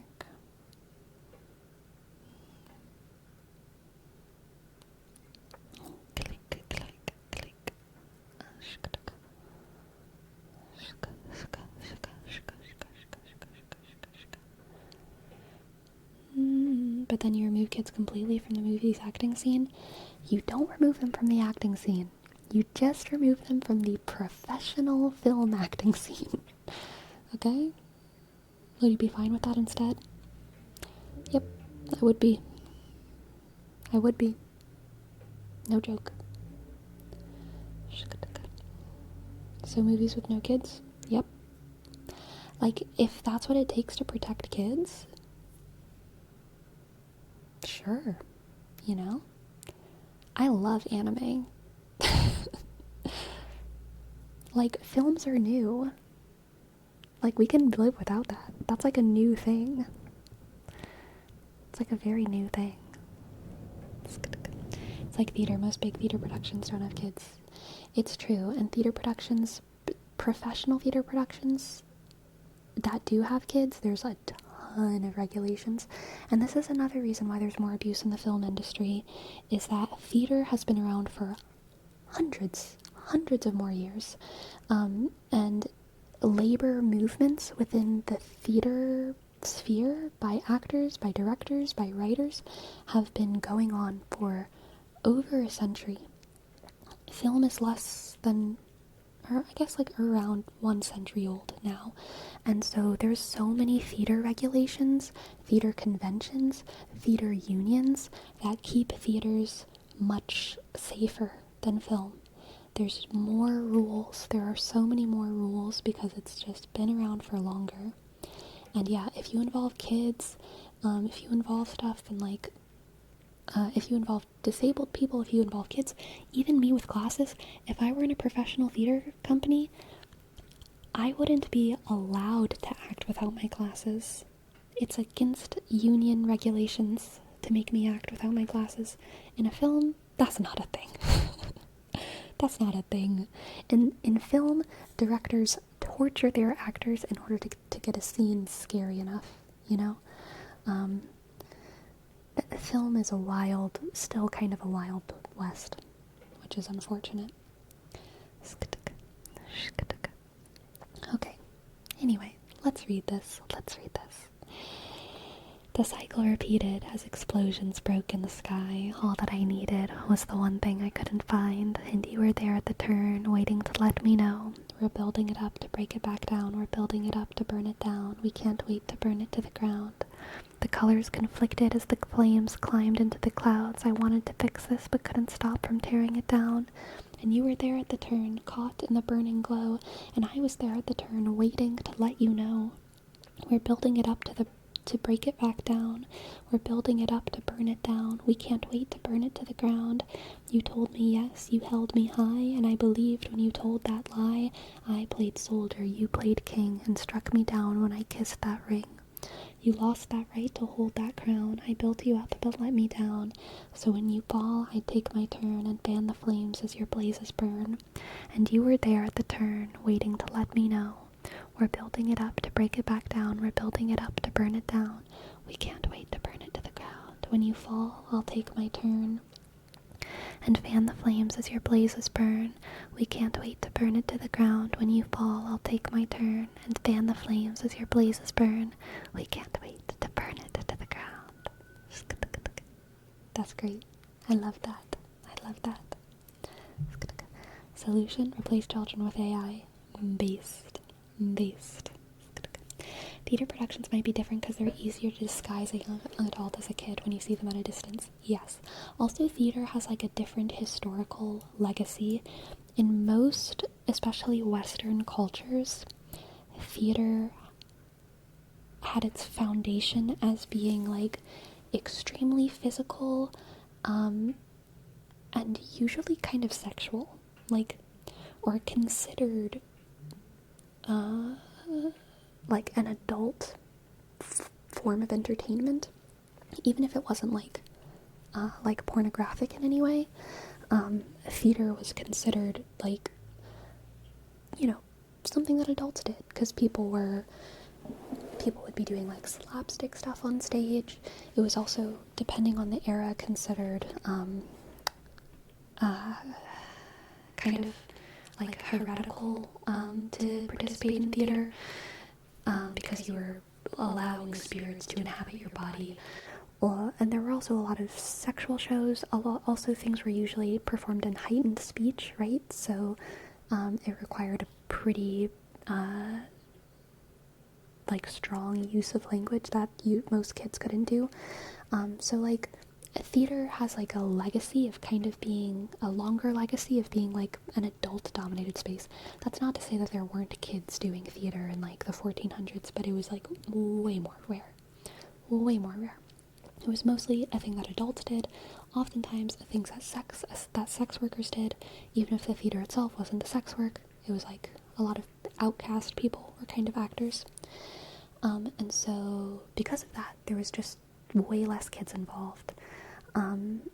Whereas whenever film started, that wasn't a thing. Pretty much from the beginning, kids were involved.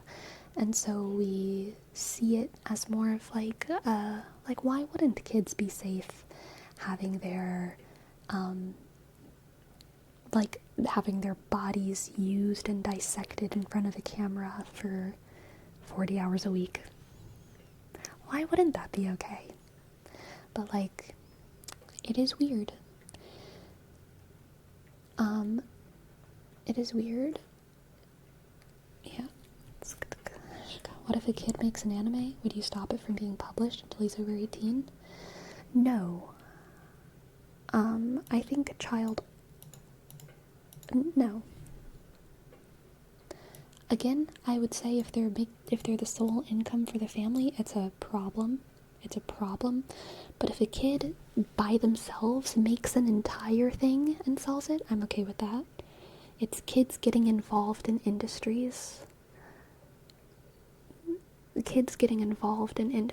That's like, and that has big potential to be an issue. But like, even if like a kid, like a 6-year-old, like makes an entire movie by themselves, for themselves, and puts it on YouTube, I'm kind of okay with that. I mean, 13 years old, I think, is like what YouTube says, which is probably good. Like, I'm okay with like a self-produced whatever, but kids getting involved within industries is like, what about the music industry? I don't know as much about the music industry as I do about the film industry, but I think it's also pretty bad. And I think, one of the main parts that the film industry has potential to be bad for kids is the focus on their body. The music industry also places a big focus on people's bodies. Obviously, Britney went through some crazy stuff because of the focus on her body, but also the focus on her body wouldn't have been a thing if the music industry wasn't so entwined with film, right? She was being filmed. But yeah, anytime that you're being compensated for your physical appearance, even if it's not about like how pretty you are, if you're just like a kid actor and you're a good actor, that much focus being on your body, your appearance, like, the work wouldn't exist if your body weren't there. I think it's, like, a bad thing when you're a kid. It's, like, not good for the brain. The topic of discussion reminds me of a great podcast I saw called Dear Hollywood by former Disney Channel actor Allison Stoner. Their podcast actually led to a bill being proposed to protect child performers in the state of Ohio. Good. Nice. You can de-age adult actors, so you should just de-age them more. I mean, yeah, like, completely replacing children with AI, probably right now, I feel like would look pretty weird, but, like, using AI to alter older actors so that they appeared and sounded younger, that would, like, be an option that maybe is more viable, but I don't know. I'm just making stuff up when it comes to, like, technology, but there's ways. There's ways. That would look super weird, though. It might look totally fine. It might look normal. But also, I don't know, I could see arguments against it as well. Like, if someone like, who's an older actress? Like Meryl Streep, if people only wanted to, like, start casting her in movies, if they could cast her as, like, an 18-year-old, that'd be kind of gross. So I could see how that would be, like, gross as well. Like, already actors have so much pressure to, like, stay young forever. I feel like it could be even worse, or it could let up some of the pressure if they could stay young forever, kind of, in movies with AI. If you could be a 90-year-old actress still looking 19 on the screen, maybe that would free up some of the body pressures, or maybe it would make it worse. I don't know. I feel like that's kind of impossible to predict. Click, click, click, click, click, click, click, click, click, click, click.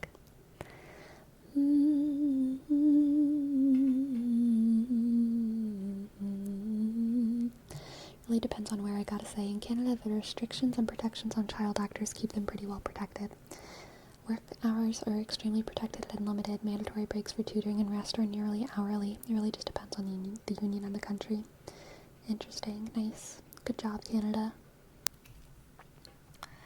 As it turns out, any organization that can exploit people for profit, they almost always do. True.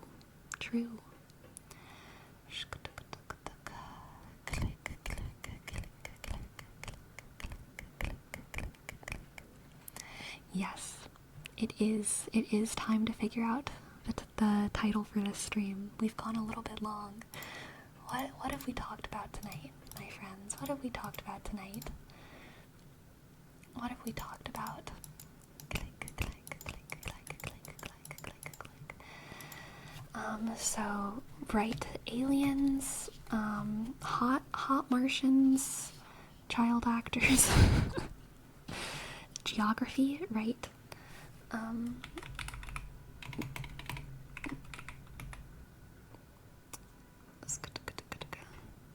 Oh, right. Who did I marry? Oh, gosh. So many good topics. Y'all, what the heck?